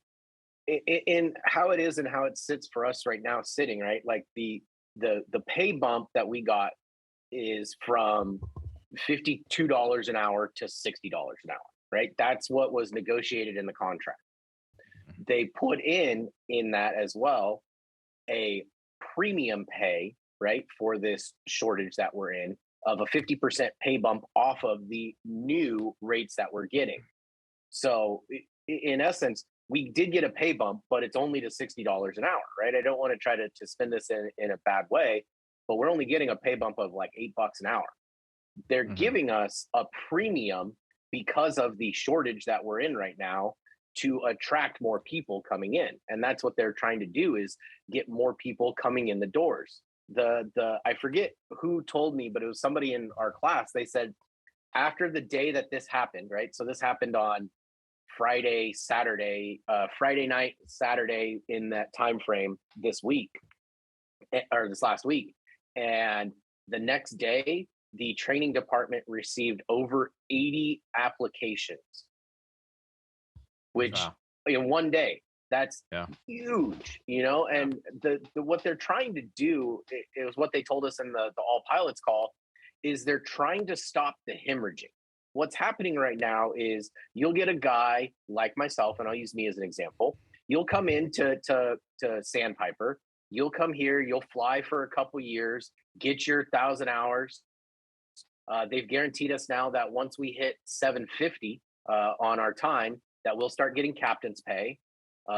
So you get your 1,000 hours, and once you get that, most people are leaving to go to some kind of ULCC or LCC carrier. Spirit, like Frontier. Said Spirit. Yeah. They're leaving to Spirit and Frontier and JetBlue, and going there for another 2-3 years to build up more experience, and then coming back into Legacy or Delta or United or Southwest and walking in the front door now with 5-6 years of 121 experience and walking straight in the front door rather than waiting for the flow. And that's what they're trying to stop, is that they want us to flow. However, they only guarantee 20 flow pilots a month. So if you look at the numbers the union puts out, we're losing, I think year to date, we're losing 120 pilots to the flow, right? So 20 a month, right? We're in the 6th month, so that's 120 pilots. Simple math. That's easy, quick math, Tony. But the outside airlines are losing, I think it's like close to 500 year to date. So they're trying to stop that hemorrhaging of pilots leaving. So they're guaranteeing us that we will flow by 5 years. If we're not flowed over to American by 5 years, we now go and we say we want to flow and we meet all the requirements and all that. We now get a pay bump from the 5-year captain's pay to 20-year captain's pay until we flow. Yeah. Which so is they're $212 or something like that an hour. They're trying to stop the hemorrhaging from leaving American or let me rephrase that. They're trying to stop the hemorrhaging from Legacy as a whole, whether it's coming from the wholly owned or not. They're trying to stop that, the bleeding effect, so that people are staying with Legacy, because if not, they're getting poached by Delta and United and Southwest like that. There's a captain who's in upgrade right now for Sandpiper who got a CJO at Delta, and he's taking it. Even after all of this being said and done, he's still taking the Delta CJO. I don't think they're going to stop that. I mean, if somebody's going to get an offer from another legacy, why wait for the flow? I mean, you're just better off. Your course of your career is still going to be better the sooner you get to a legacy. Yeah. I believe they'll be able to stop the Spirit. And I think that this hurts the most. Who this is going to hurt is going to be the Spirit, Frontier, Allegiant, maybe JetBlue, although you know JetBlue kind of falls in there with Southwest, I think. But it's going to hurt those ultra low cost carriers more than anybody else. Yeah.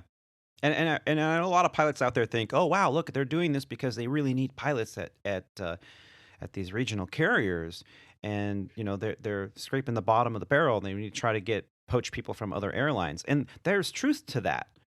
But like Roger and the rest of you were saying, that this does hurt the ultra low cost carriers. And if we stop and think for 1 second that mainline CEOs don't make a move like this without considering how it'll benefit the bottom line, I mean, we're losing the big picture.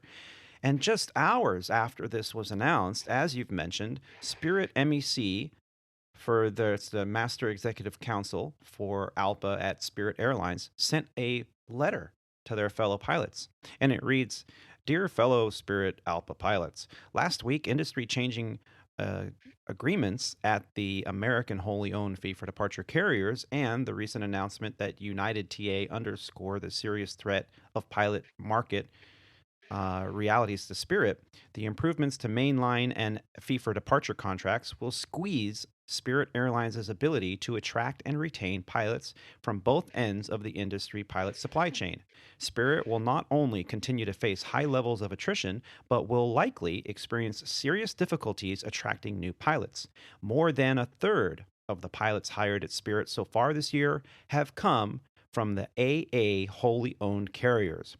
And now those pilots have much better incentives to stay right where they are. Folly of hiring one's way out of an attrition crisis is now laid bare as we become a less favorable carrier option than an ALPA FFD or fee for departure carrier with flow to a mainline.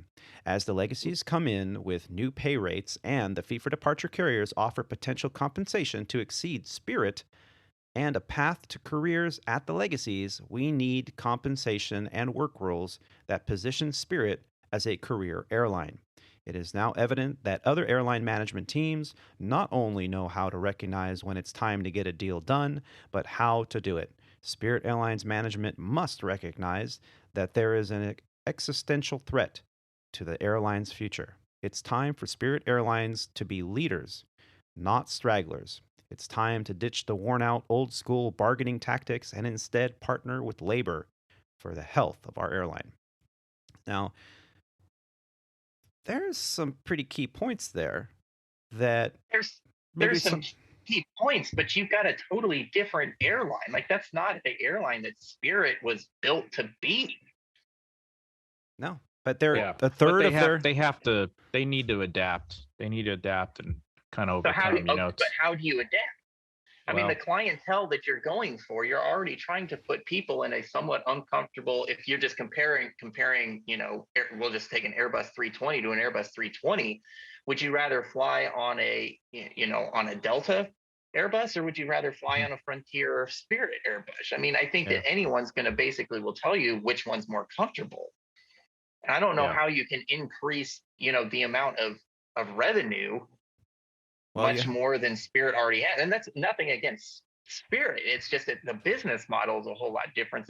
I think it's going to be harder for them to raise the money to be able to buy. I think it's going to be really hard for them. And from a standpoint, from somebody who's coming into the industry like myself, like I looked at the possibility of going to Frontier because they're hiring at 1,500 hours right now. And I think Spirit is the same way, where they're taking the ATP minimums and hiring you because they're hurting. But like for me, I was looking at longevity and travel benefits within the company and overall, what the airline stands for and what it does. Like I want to be able to put 30 something years into this company and retire and use my travel benefits. I want to be able to go to Europe or to Asia or, somewhere like that when I'm done and retired. And I couldn't do that with Spirit. Spirit doesn't have those routes. Right. Legacy airlines do, American, Delta, and United all have those routes. And that's what I was looking for in a longevity of a company. So from a entry standpoint, for a pilot's perspective, this is the prime opportunity for someone to come in and go, okay, I can make more going to Sandpiper, at $90 an hour than I could going to Frontier or Spirit, coming in at the same amount of hours. And then I put in time and I've got longevity to stay and go to American or go to United or go to Delta. And now my company seniority, granted my flight seniority is not the same, but my company seniority is 40 plus years. If you're a 25-year-old, Yeah. you got a 40-year longevity at American Airlines.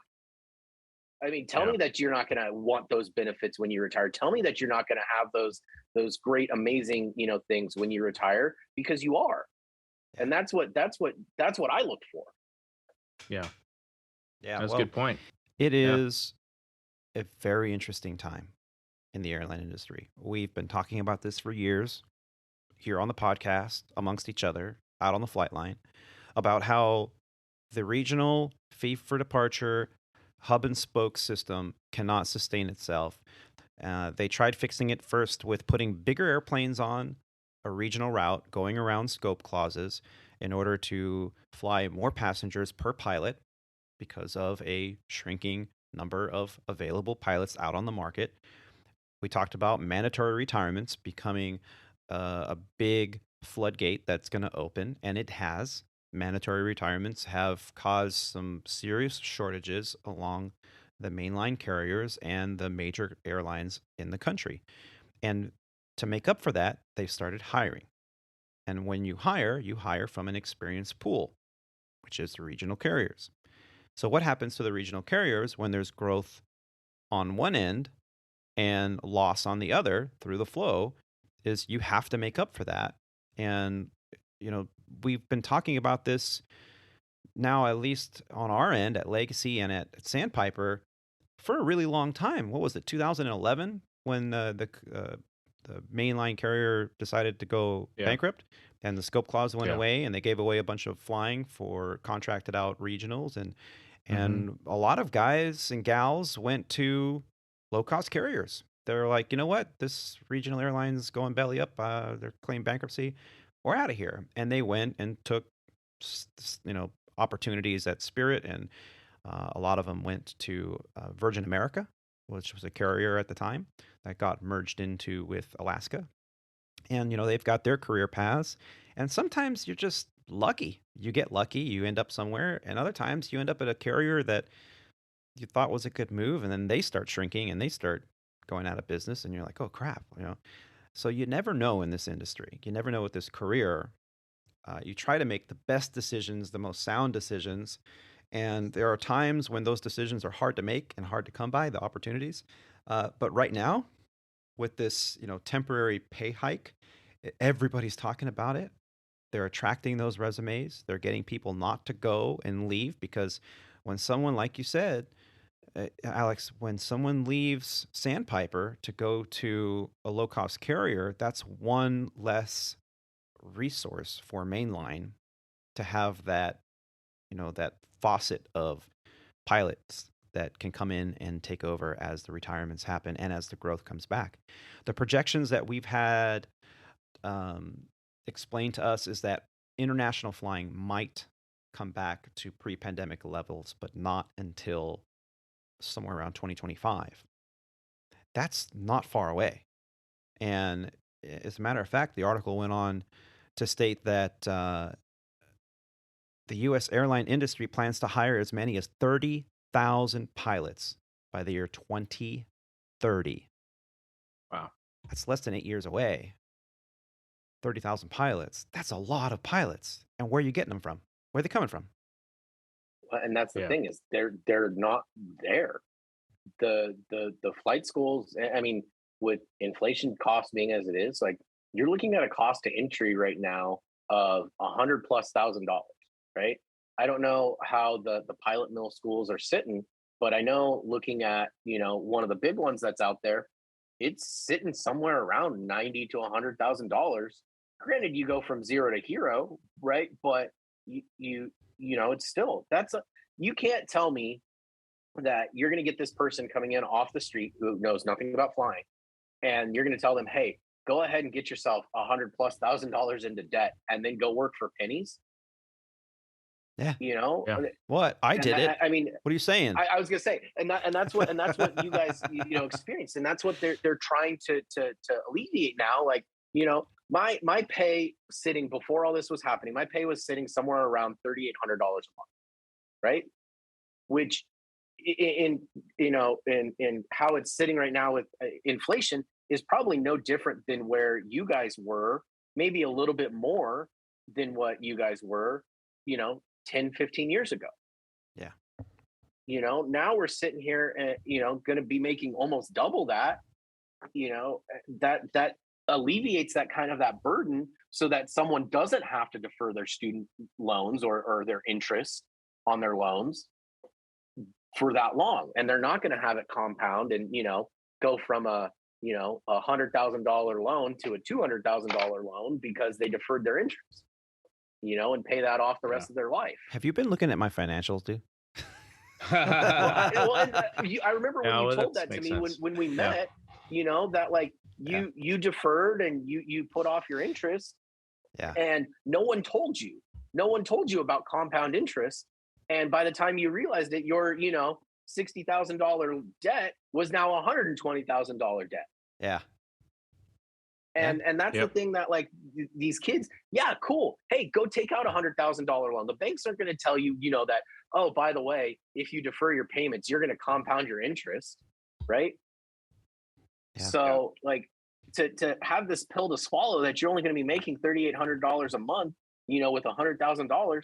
You know, Tony, what did you say your first loan payment was? Like almost $1,000? Yeah, I was like, that's like more than half my paycheck. How am I supposed to pay a rent and food and single income earner in Southern California? That's not going to happen. Yeah, and you know, and we live in California where, you know, obviously cost of living is a little bit higher, you know, and my plan obviously is to move to Texas where cost of living is lower, because that's the beauty about an airline pilot is your pay does not change based on your location. Yeah. You know, so I want my money to go further. And that's, you know, that's something that also is to consider, right? Is where you're living as a pilot. Like, are you close to, you know, are you close to your base? Are you close to, you know, are you close to an airport where you can commute? Because, I mean, let's face it, with Sandpiper, we've only got 3 bases. We got Chicago, we got Miami, and we got Dallas. That's it. Yeah. Most economical one is Dallas. So, yeah. You know, but then there's going to be the influx of people moving to the Dallas area, and then that's going to drive cost of living here up more. You know, so it just depends on that. But you know, for a entry level first officer, right, coming out of flight school, I had one of my former students text me, and she started asking me questions of like, "Hey, like, when did you start applying? What hours did you start doing this?" You know, and I said I was around 1,300 when I started applying. And I got picked up for 2 interviews for Sandpiper and for SkyWest. And, you know, I chose Sandpiper because of the flow and everything that I was talking about earlier. And then that was like a day before this all came out. And I texted her that next day and I said, hey, I know that you're considering airlines, but strongly look at Legacy's wholly owns. Doesn't matter right now, all 3 of them. Right? Yeah. Look at all 3 of them, because holy crap, did we just like set the bar so high for entry level? Yeah. So here's the question. Game changer. Is it a gimmick? 100%. Is it a gimmick? I don't necessarily think so. I think it is a Band-Aid right now, right? And I think that it's, you know, it's to placate us as pilots, right? Because, you know, talking to different people in my NDOC class and going through this, some of these guys were like, I'm going to do my time through training, get my 1,000 hours, and then I'm out. Like, I'm going to go to a low cost. Yeah. I think an ultra low cost. I think, you know, if you look at the big picture is, you know, I'm not that smart of a guy, but, you know, I can kind of see, you know, if you look at the whole industry as a whole and you go back 30 years, 40 years, what got us to this point? You know, it's it's the, if you look at from a pilot's perspective, the cost of training, the schedules, the lifestyle, it has, it in my from my perspective, it has gone downhill. You know what I mean? Look at our schedules now, Tony and Roger. You probably experienced this the short time you're at your regional carrier there. The schedules when we were at Sandpiper, there were some brutal days, but I was nowhere as tired or fatigued as I am now. True. Flying my Very schedules. True. Yeah. You know what I mean? And so if you were at a legacy carrier and you were flying, 20 years ago or so, I think they're experiencing the same thing where, before you were able to go to a city and enjoy the city and have time, and then get up the next day, feel rested, and go work your schedule and end up at another city or whatever. And it was somewhat enjoyable. I mean, it's still work. You're still going to get tired and you're still going to have your moments, but you're able to, still feel like you're a person, when you set the parking brake and leave the airplane, you're able to go to the hotel, grab something to eat, go get a workout in, and take in some of the sights. And now, in the effort to squeeze as much efficiency out of that individual in their schedule, they've made it to the point where it's very, very, tough to have a good time at work. And so the value of enjoyment on a normal work week is a lot lower than what it used to be. And is it worth it pay wise? It's a totally different dynamic. What do they have to do? What you're just talking about is exactly what it comes down to when you ask me about whether I would want to go to the legacies. Sure. A lot of it comes into that exact same thing. Yeah. You guys go on a 4-day trip, you fly a day 1, you have an overnight, fly day 2, fly day 3, fly day 4. Whereas for me, most of the time, like on this trip, yesterday was kind of long. Today I'm doing nothing. Most of the time I have a multi-day trip and I don't do anything on the middle days. Yeah. I flying 3 legs in one day that's a long day. That's why yesterday was so long. I had to fly 3 legs. I actually had to sit somewhere for 6 hours too. So yesterday, not so great, but today I have nothing. And then tomorrow I sit all day and, fly back later. And then it's over. It's the trips themselves, there is a whole lot less work involved. And sometimes I actually joke that when I go on a trip, it's, I go away and my kids, it's a little short of a vacation. You can get more work done. Yeah. But I can do other stuff, of which there's always more stuff for me to do. Sure. But it's so much easier.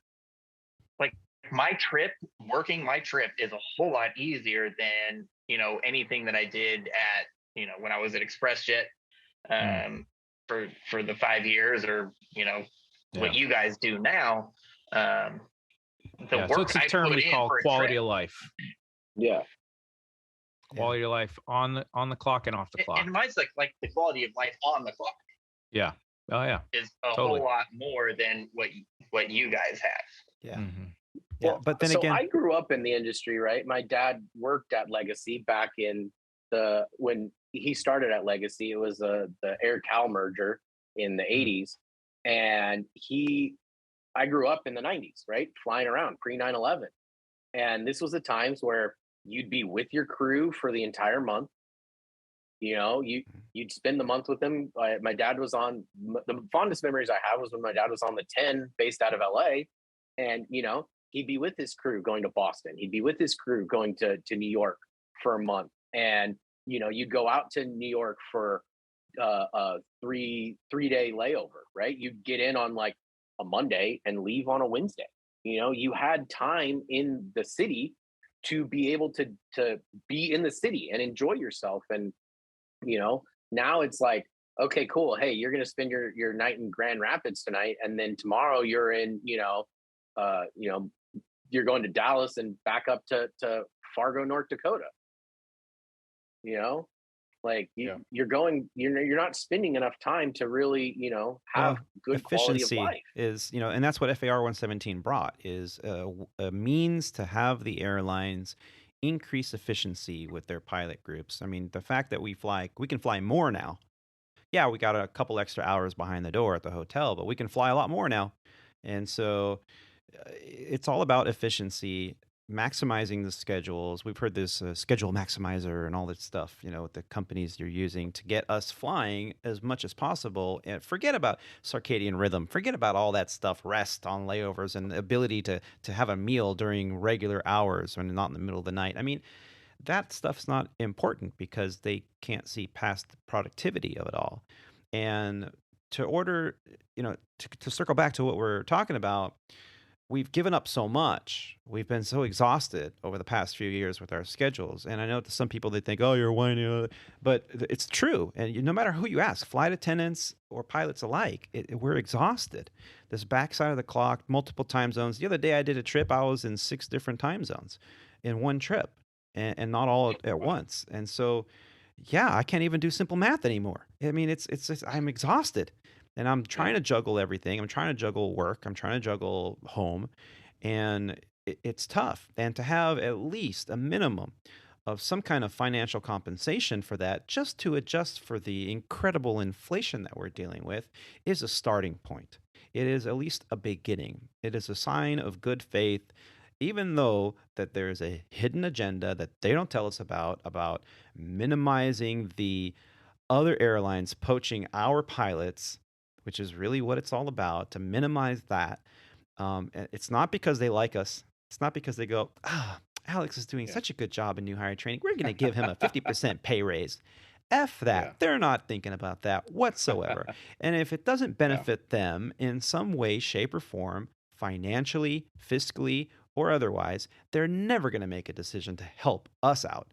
This is all a tactic in order to minimize the ability for other airlines to conduct their revenue flying, and in a way for us to retain the pilots so that we have the ability to not cancel flights, which then produces better optics about our company, about it being a better company, because we get you there and not have to cancel flights, because that's terrible optics. And in a land and in a time and in a society where social media rules.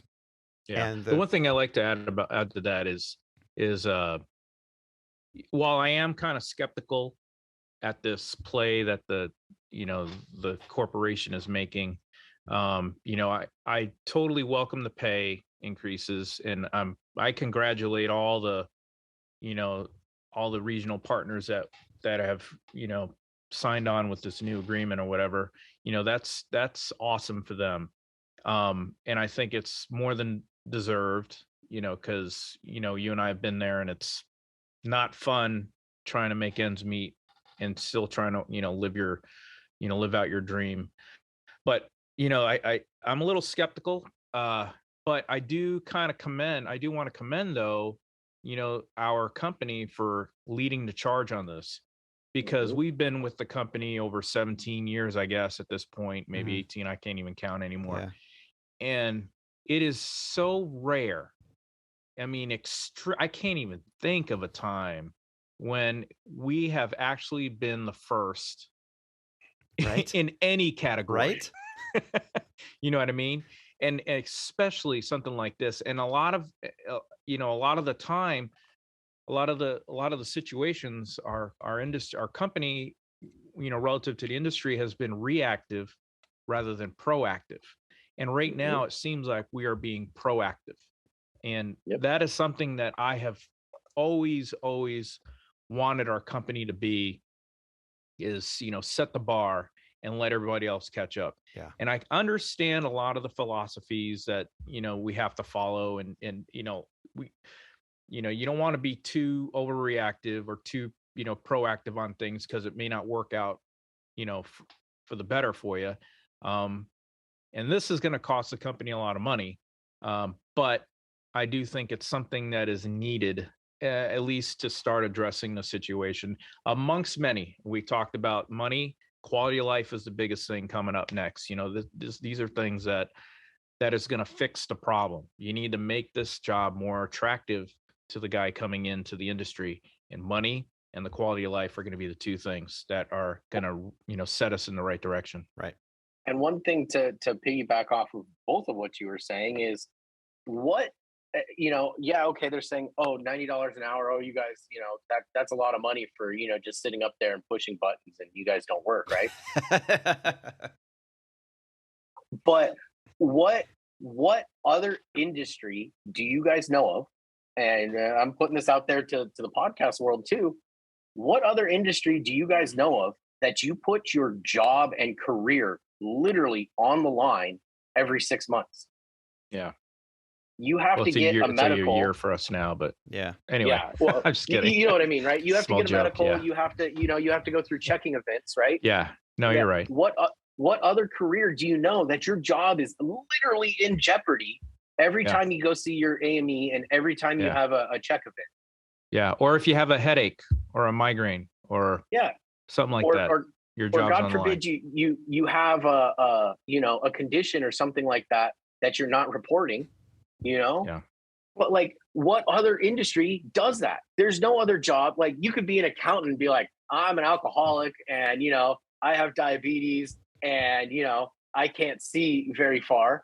Yeah, Yep. right? Like, and then they're like, cool, hey, join the other 48 of you that have all that, right? Like, Yeah. Yeah. like, our ass is literally on the line. Yeah. Yeah. And we in many represent the ways. company. I mean, they have it's right there in black and white, right there in the FOM. You represent the company in and out of uniform, on and off the clock.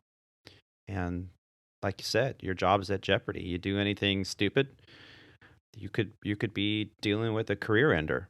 Yeah. And that's a lot of stress. That's a lot of anxiety to Yeah. carry around, to know that you have all that responsibility on your shoulder. Now Roger's sitting there kind of like, these guys, they're full of themselves.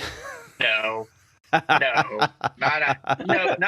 for the most part. In fact, I'm actually fairly proud of Tony and Rob, and actually Rob even went the opposite direction. The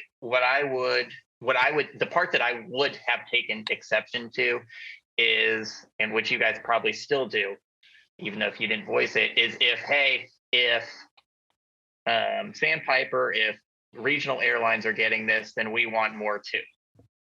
Mhm. That's where I think I have a little bit of an issue, because I think that the problem of that the pilot pay, I think that pilots are somewhat fairly paid at the legacy airlines, maybe a little bit low given some of the factors.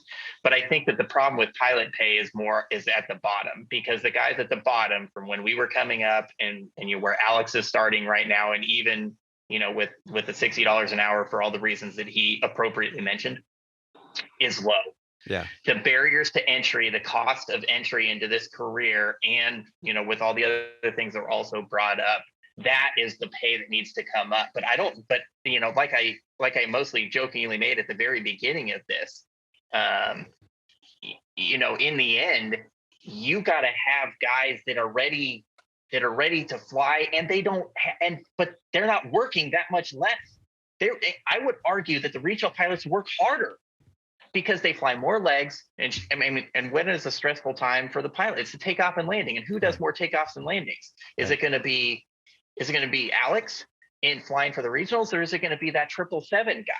Yeah. I mean, I would argue, and I have always argued, that it's the regional guys actually work harder, and just because there's fewer people in the back really makes no difference. If I put 50 people or 76 people in the back of a 145 or of an Embraer 170 or CRJ or whatever it is, and he flies 5 or 6 legs, that's still the same amount as the 300 people in the back of a 777. Yeah. It doesn't matter. And so, like I said, I think, but that's a dog eat dog world of the aviation industry, is that, I think that pilots, all pilots, by the time they get to where you guys are at, you're like, well, those guys need to pay their dues, and now I need to catch up. No, Screw them No. make us pay us more. It's like, oh, well, they're getting paid more. Well, where's mine? Where's mine? Roger, I've already heard it. It's been a week. I've already heard it on the flight line. And that's what I take exception to in nothing that was said on this podcast today. But that's the part where I would disagree and would take exception to. Not that you guys deserve a little bit of a pay raise. That, I get that. And I'm for that. But when it becomes well, where's mine? screw the guy below me, screw the guy behind me, because I want mine.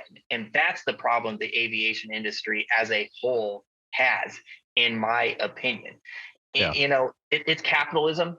The company is not out to help the pilot. Yeah. No, I couldn't agree more. Yeah. I was going to say, I didn't mean to interrupt you, Roger. Sorry if you're mid thought. I just wanted to make sure I get this out there, is that,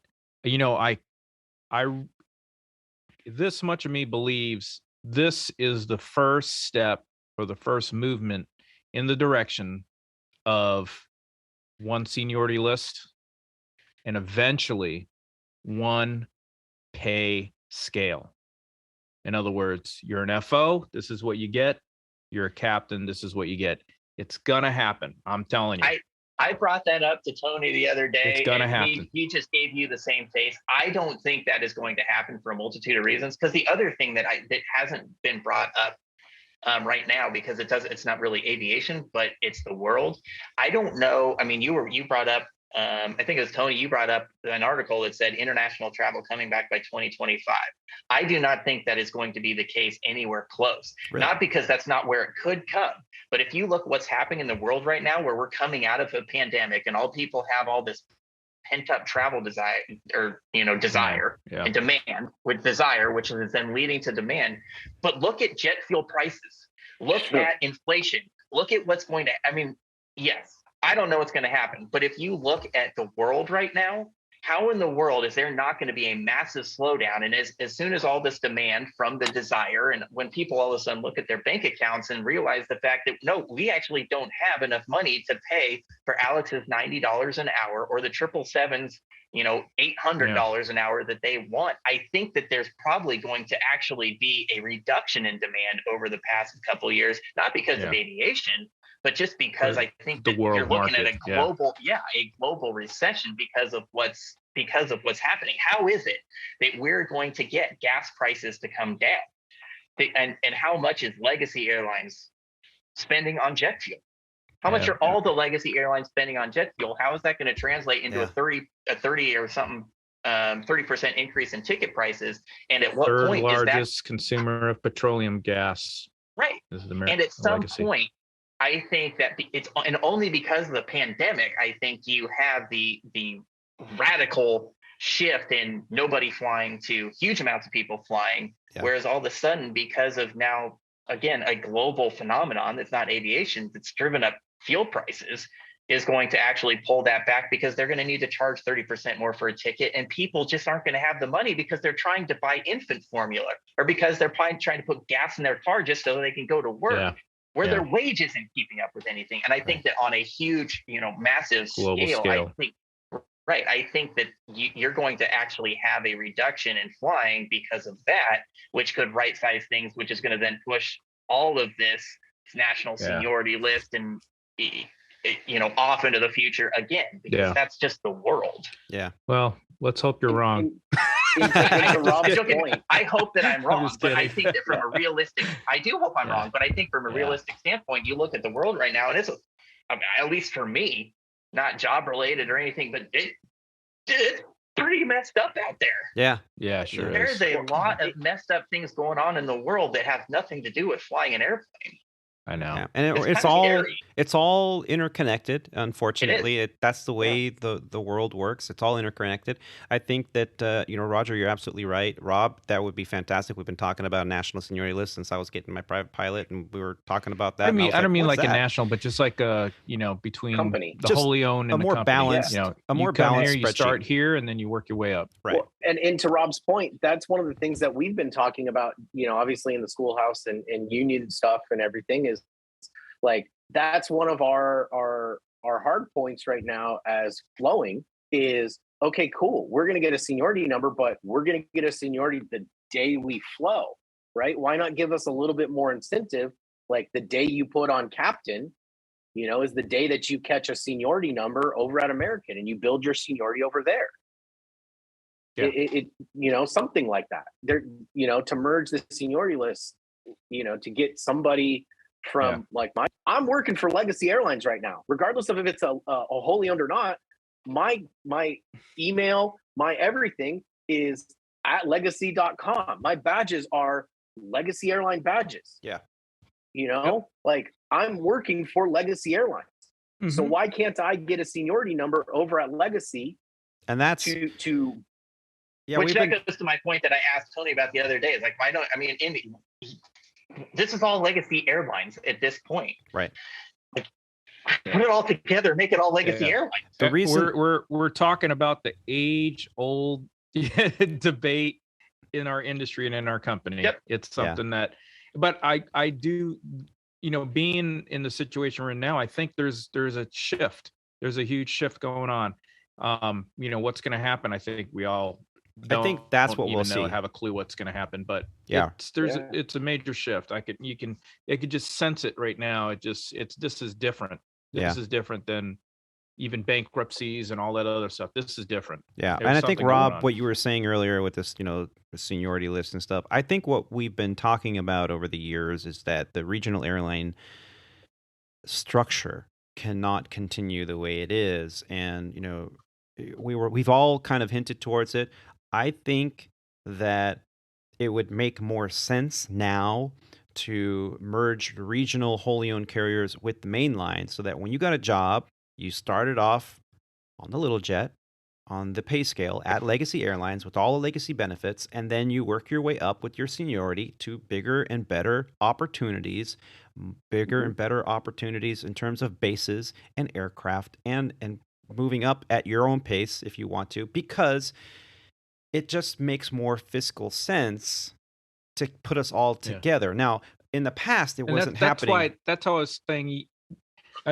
That's why I'm saying it would make more sense if you did that to have one pay scale. Yeah. You have FO pay scale, captain pay scale. We have anything from the ERJ 145 all the way up to Boeing 787, 777. You bid accordingly. Right. That's all it is. Whatever your seniority can hold. If you want to fly from here to Joplin, think about how that would make $400 an hour in RJ, that's what you're going to do. Oh, Spirit would. Who would Spirit and Frontier? Who would they hire? I mean, from a corporate standpoint, how would Spirit and Frontier compete with that? Because then they're faced with. I mean, I guess Alex was saying that they're hiring them at 1,500 hours, but if I'm at 1,500 hours and I have a chance and I can go to something that's a whole, part of the Legacy Airlines or is Legacy Airlines at this point, who's going to want to go to Spirit or Frontier? Right. But that's what I'm saying. This is a part of a change. This is totally part of a change. So now instead of hiring on, so now the basics are 1,500 hours ATP. And I know there's exceptions with restricted and all that stuff, but now it's, is it a cultural thing? How do you hire somebody? You have the basics, you need bodies. You're probably going to throw away the cultural thing and say, we just need bodies to fill the seats, and we'll weed out the cultural things as I go, or they'll work itself out naturally. Yeah. And I'm very excited to see what develops here. Hopefully in the months ahead, we'll have more breaking news about the industry and about our carriers and your carriers and all those other carriers out there. We could go on and on with this, and good stuff. Rob, I think you really hit the nail on the head, because the culture has always been, the regional guys, those aren't real pilots, if when at the time AMR was putting together these commuter puddle jumpers and merging into what they now call regional airlines, when they were doing that, if the former military jet pilots that were in charge of the mainline carrier, and those were real pilots, if those guys would say, hey, those guys, you want them to fly our flag? You want them to fly our colors? They're one of us. Put them on our pay scale. Introduce a lower pay scale for the lower, smaller airplanes. And this whole structure would have been completely different. But it was a very culture of he and she and them and they, and it just, we were the redheaded stepchildren for the longest when we were working for Sandpiper. They could get away with it because it was so much of a lower cost. That's really what it came down to, is when you can pay $20,000 a year for a new hire pilot. I mean, it saved them a whole lot of money at the time. Yeah. But just kind of like what Rob did originally, it's unsustainable at this point. even if we have this, a global recession, I still don't think that model is going to be sustainable because there's not people to support it. There's not the personnel to support it. Right. You'd have to raise Yeah. ticket prices exponentially. You have to raise them by Which 50%. the normal people can't do, especially because like the people that are flying, that are flying the regionals, those are smaller town people. Small town people can't afford $1,000 round trip ticket to go from their home in Kalamazoo to go visit, grandma and. So you're telling me they Myrtle can Beach? afford the $6 a gallon gas instead? Is that what you're saying? Compared to a $1,000 airline ticket, all my money's going to my I don't gas know. tank. $100 a Yeah. gallon or $100 a tank for me right now. Still cheaper than a $1,000 airplane ticket. Yeah. Well, Just I saying got to that go those put smaller, gas in my boat right now. It's going to be $100. oh my God. those smaller towns, those people that live in some of these smaller towns where the regionals offer service to, I think you're going to have a hard time supporting the ticket Right. prices in order to then pay the regional Yeah. airlines as much as, Yeah. as much Oh, I as the know. premium pay for that. And what's going to happen at this point is if they can't fill the seats at that price, they're just going to stop service, and now you're going to have to. Rubber band Either effect. the Yeah. government's going to have to incentivize the airline to fly into there. It's a cycle. Yeah. It's a vicious cycle. Yeah. So we'll just Go have on to and wait on and this see. for a while. Yeah. Well, I thank you so much, gentlemen, for this conversation. We've been at it a little more than I thought we would talk Yeah. about this. It was a good conversation. That was a good one. Absolutely. Yeah. I just wanted to end the show with something very special to me. This particular sequence I'm on right now started yesterday. And it was an Ontario to Dallas flight that was kicking off the sequence. And then from Dallas, we swapped airplanes, and then we flew to Miami last night. What really struck me was it was the first time I was able to participate in what we here at Legacy Airlines call an honor flight.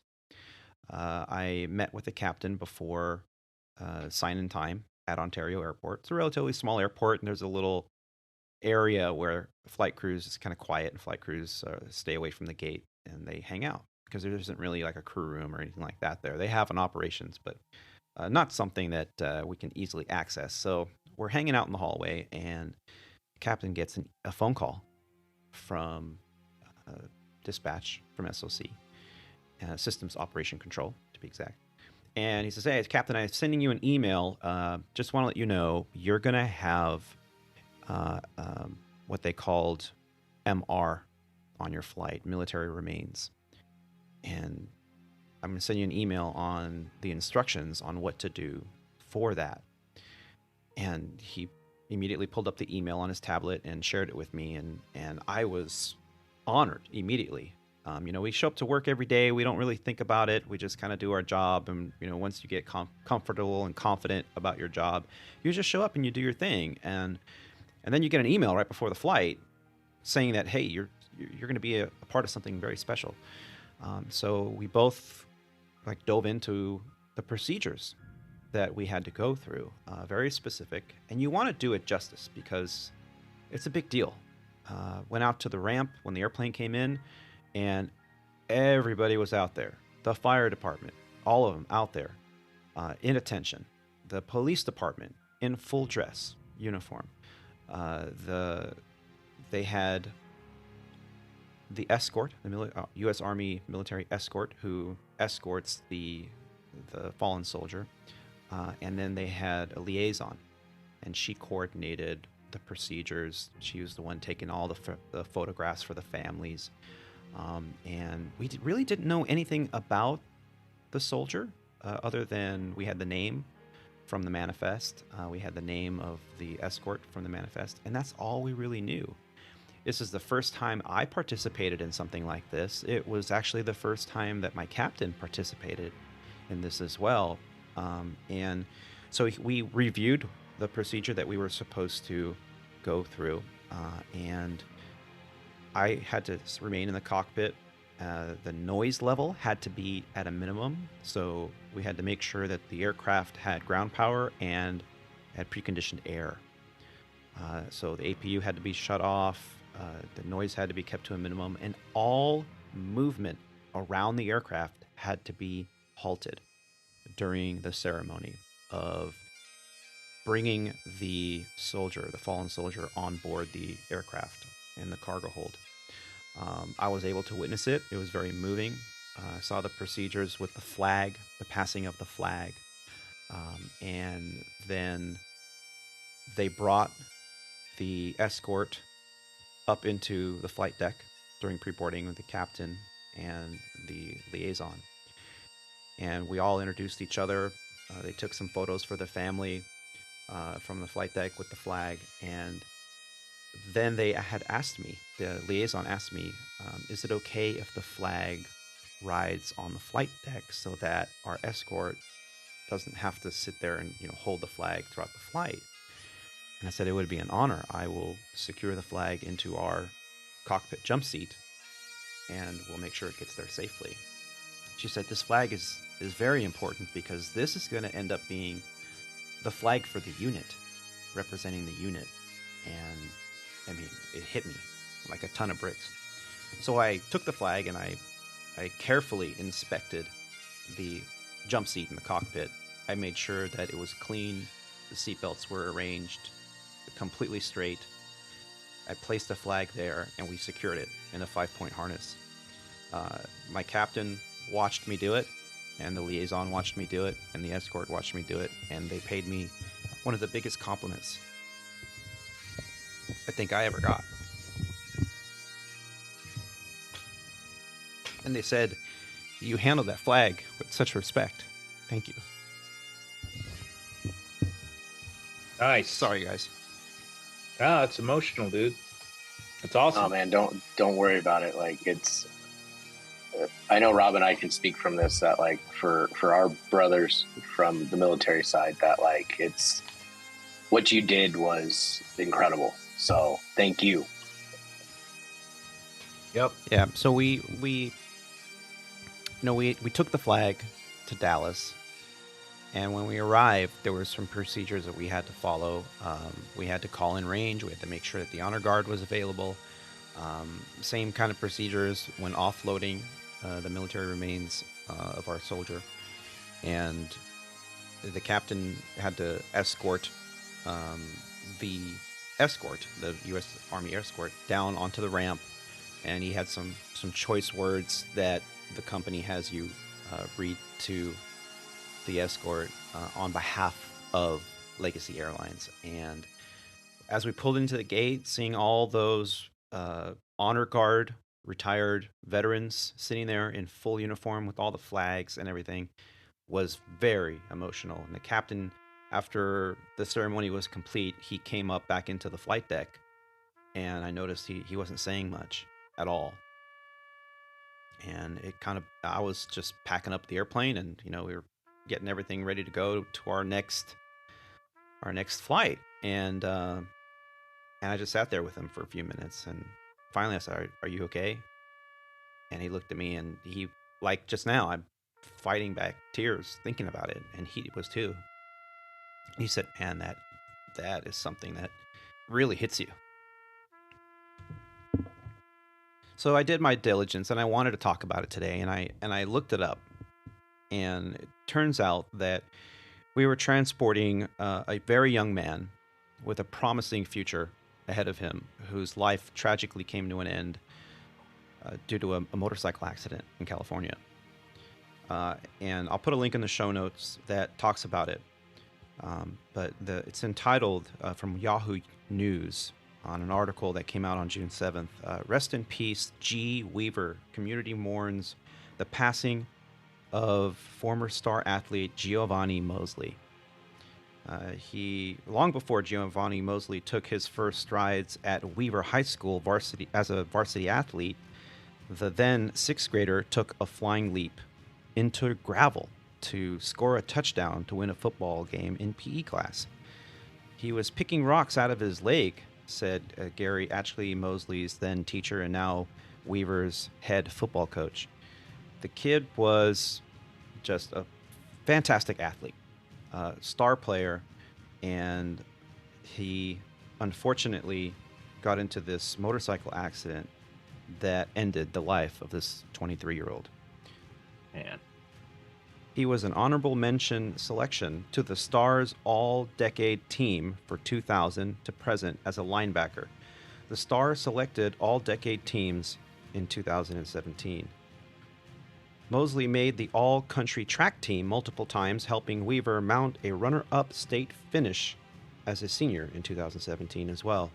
After he missed most of football season and basketball season with a torn ACL, doctors cleared him to participate in track the week of the sectional meet. With Weaver in second place at state, Mosley ran the final leg of the 4x100 meter relay and outran the leader to win the race. Wow.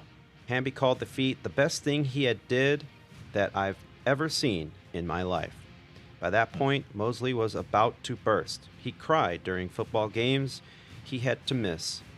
Come spring, he begged the then Weaver track coach Marcus Herbert to participate. Mosley was limping at the state track meet. I'll never forget it, Hambley said. Maurice Goodman is handing him off for the last leg, and he's behind this guy, probably about 5 yards. What he did when he passed him, it gives me chill bumps when I think about it. It was unreal to see that athlete and how much he wanted to do it for the community of Weaver and his teammates. Man, this guy just sounds like just a fantastic individual whose life ended way too early, and I'm just so honored to have been a part of bringing him home. Well, that's awesome, dude. That's a memorable moment for most people. It's really special to be able to, be a part of that ceremony, and very humbling.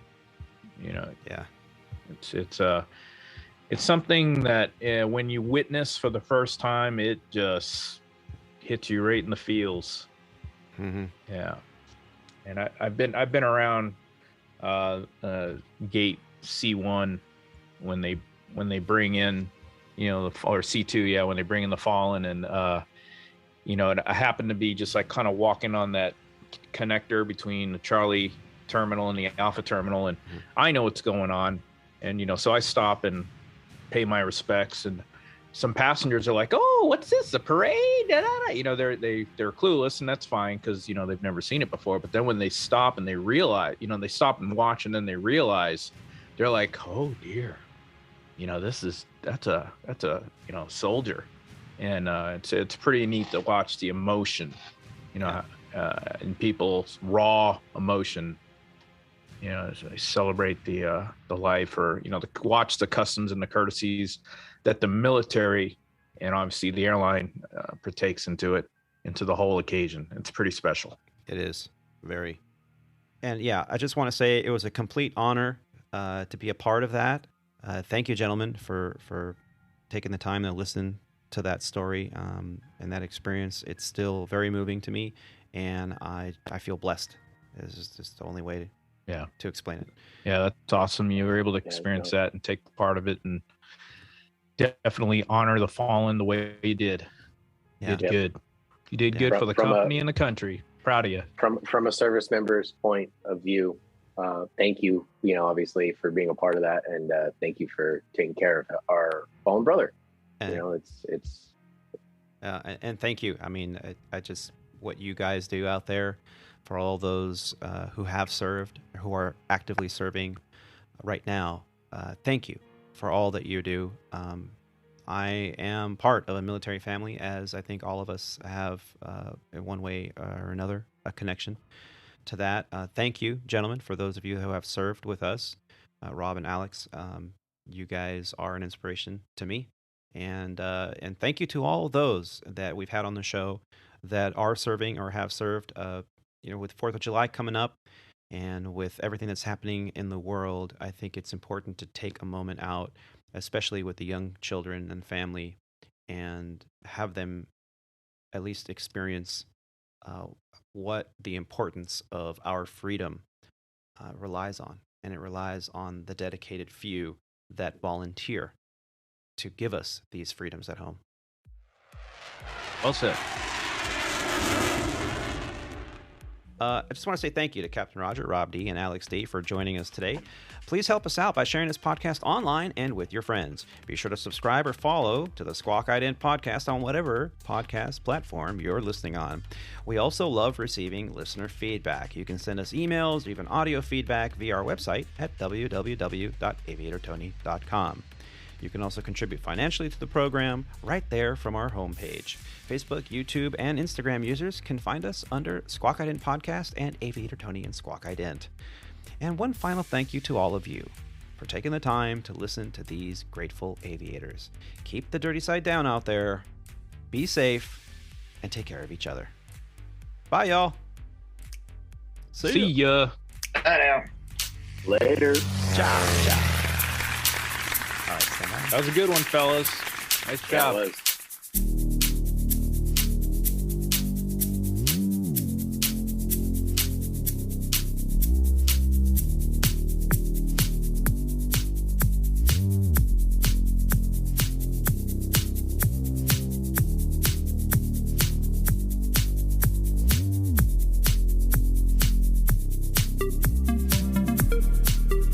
Do you know anything about planes? I flew in the war a long time ago.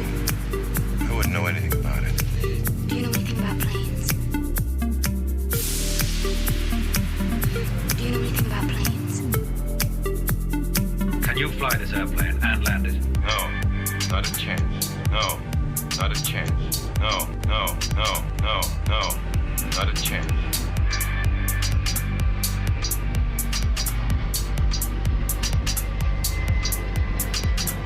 Roger. Huh? Roger. Huh? Request vector. Over. What? Do you know anything about planes? Clearance, Clarence. Roger, roger. What's our vector, Victor?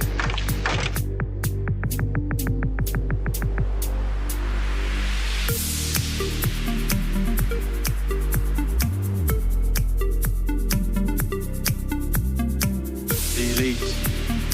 Best of the best. We'll make you better.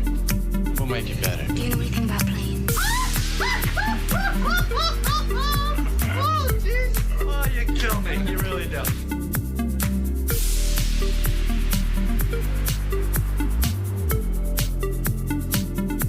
Do you know anything about planes? Captain, how soon can you land? I can't tell. You can tell me, I'm a doctor. No, I mean, I'm just not sure. Do you know anything about planes?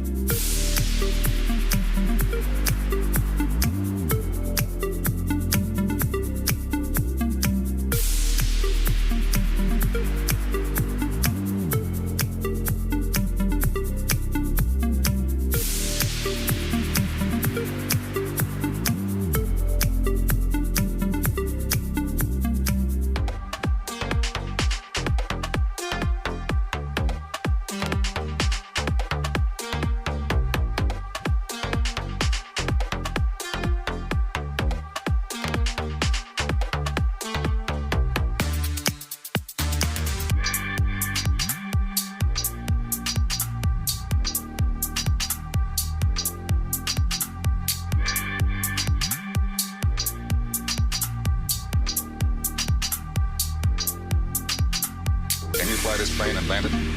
It's an entirely different kind of flying.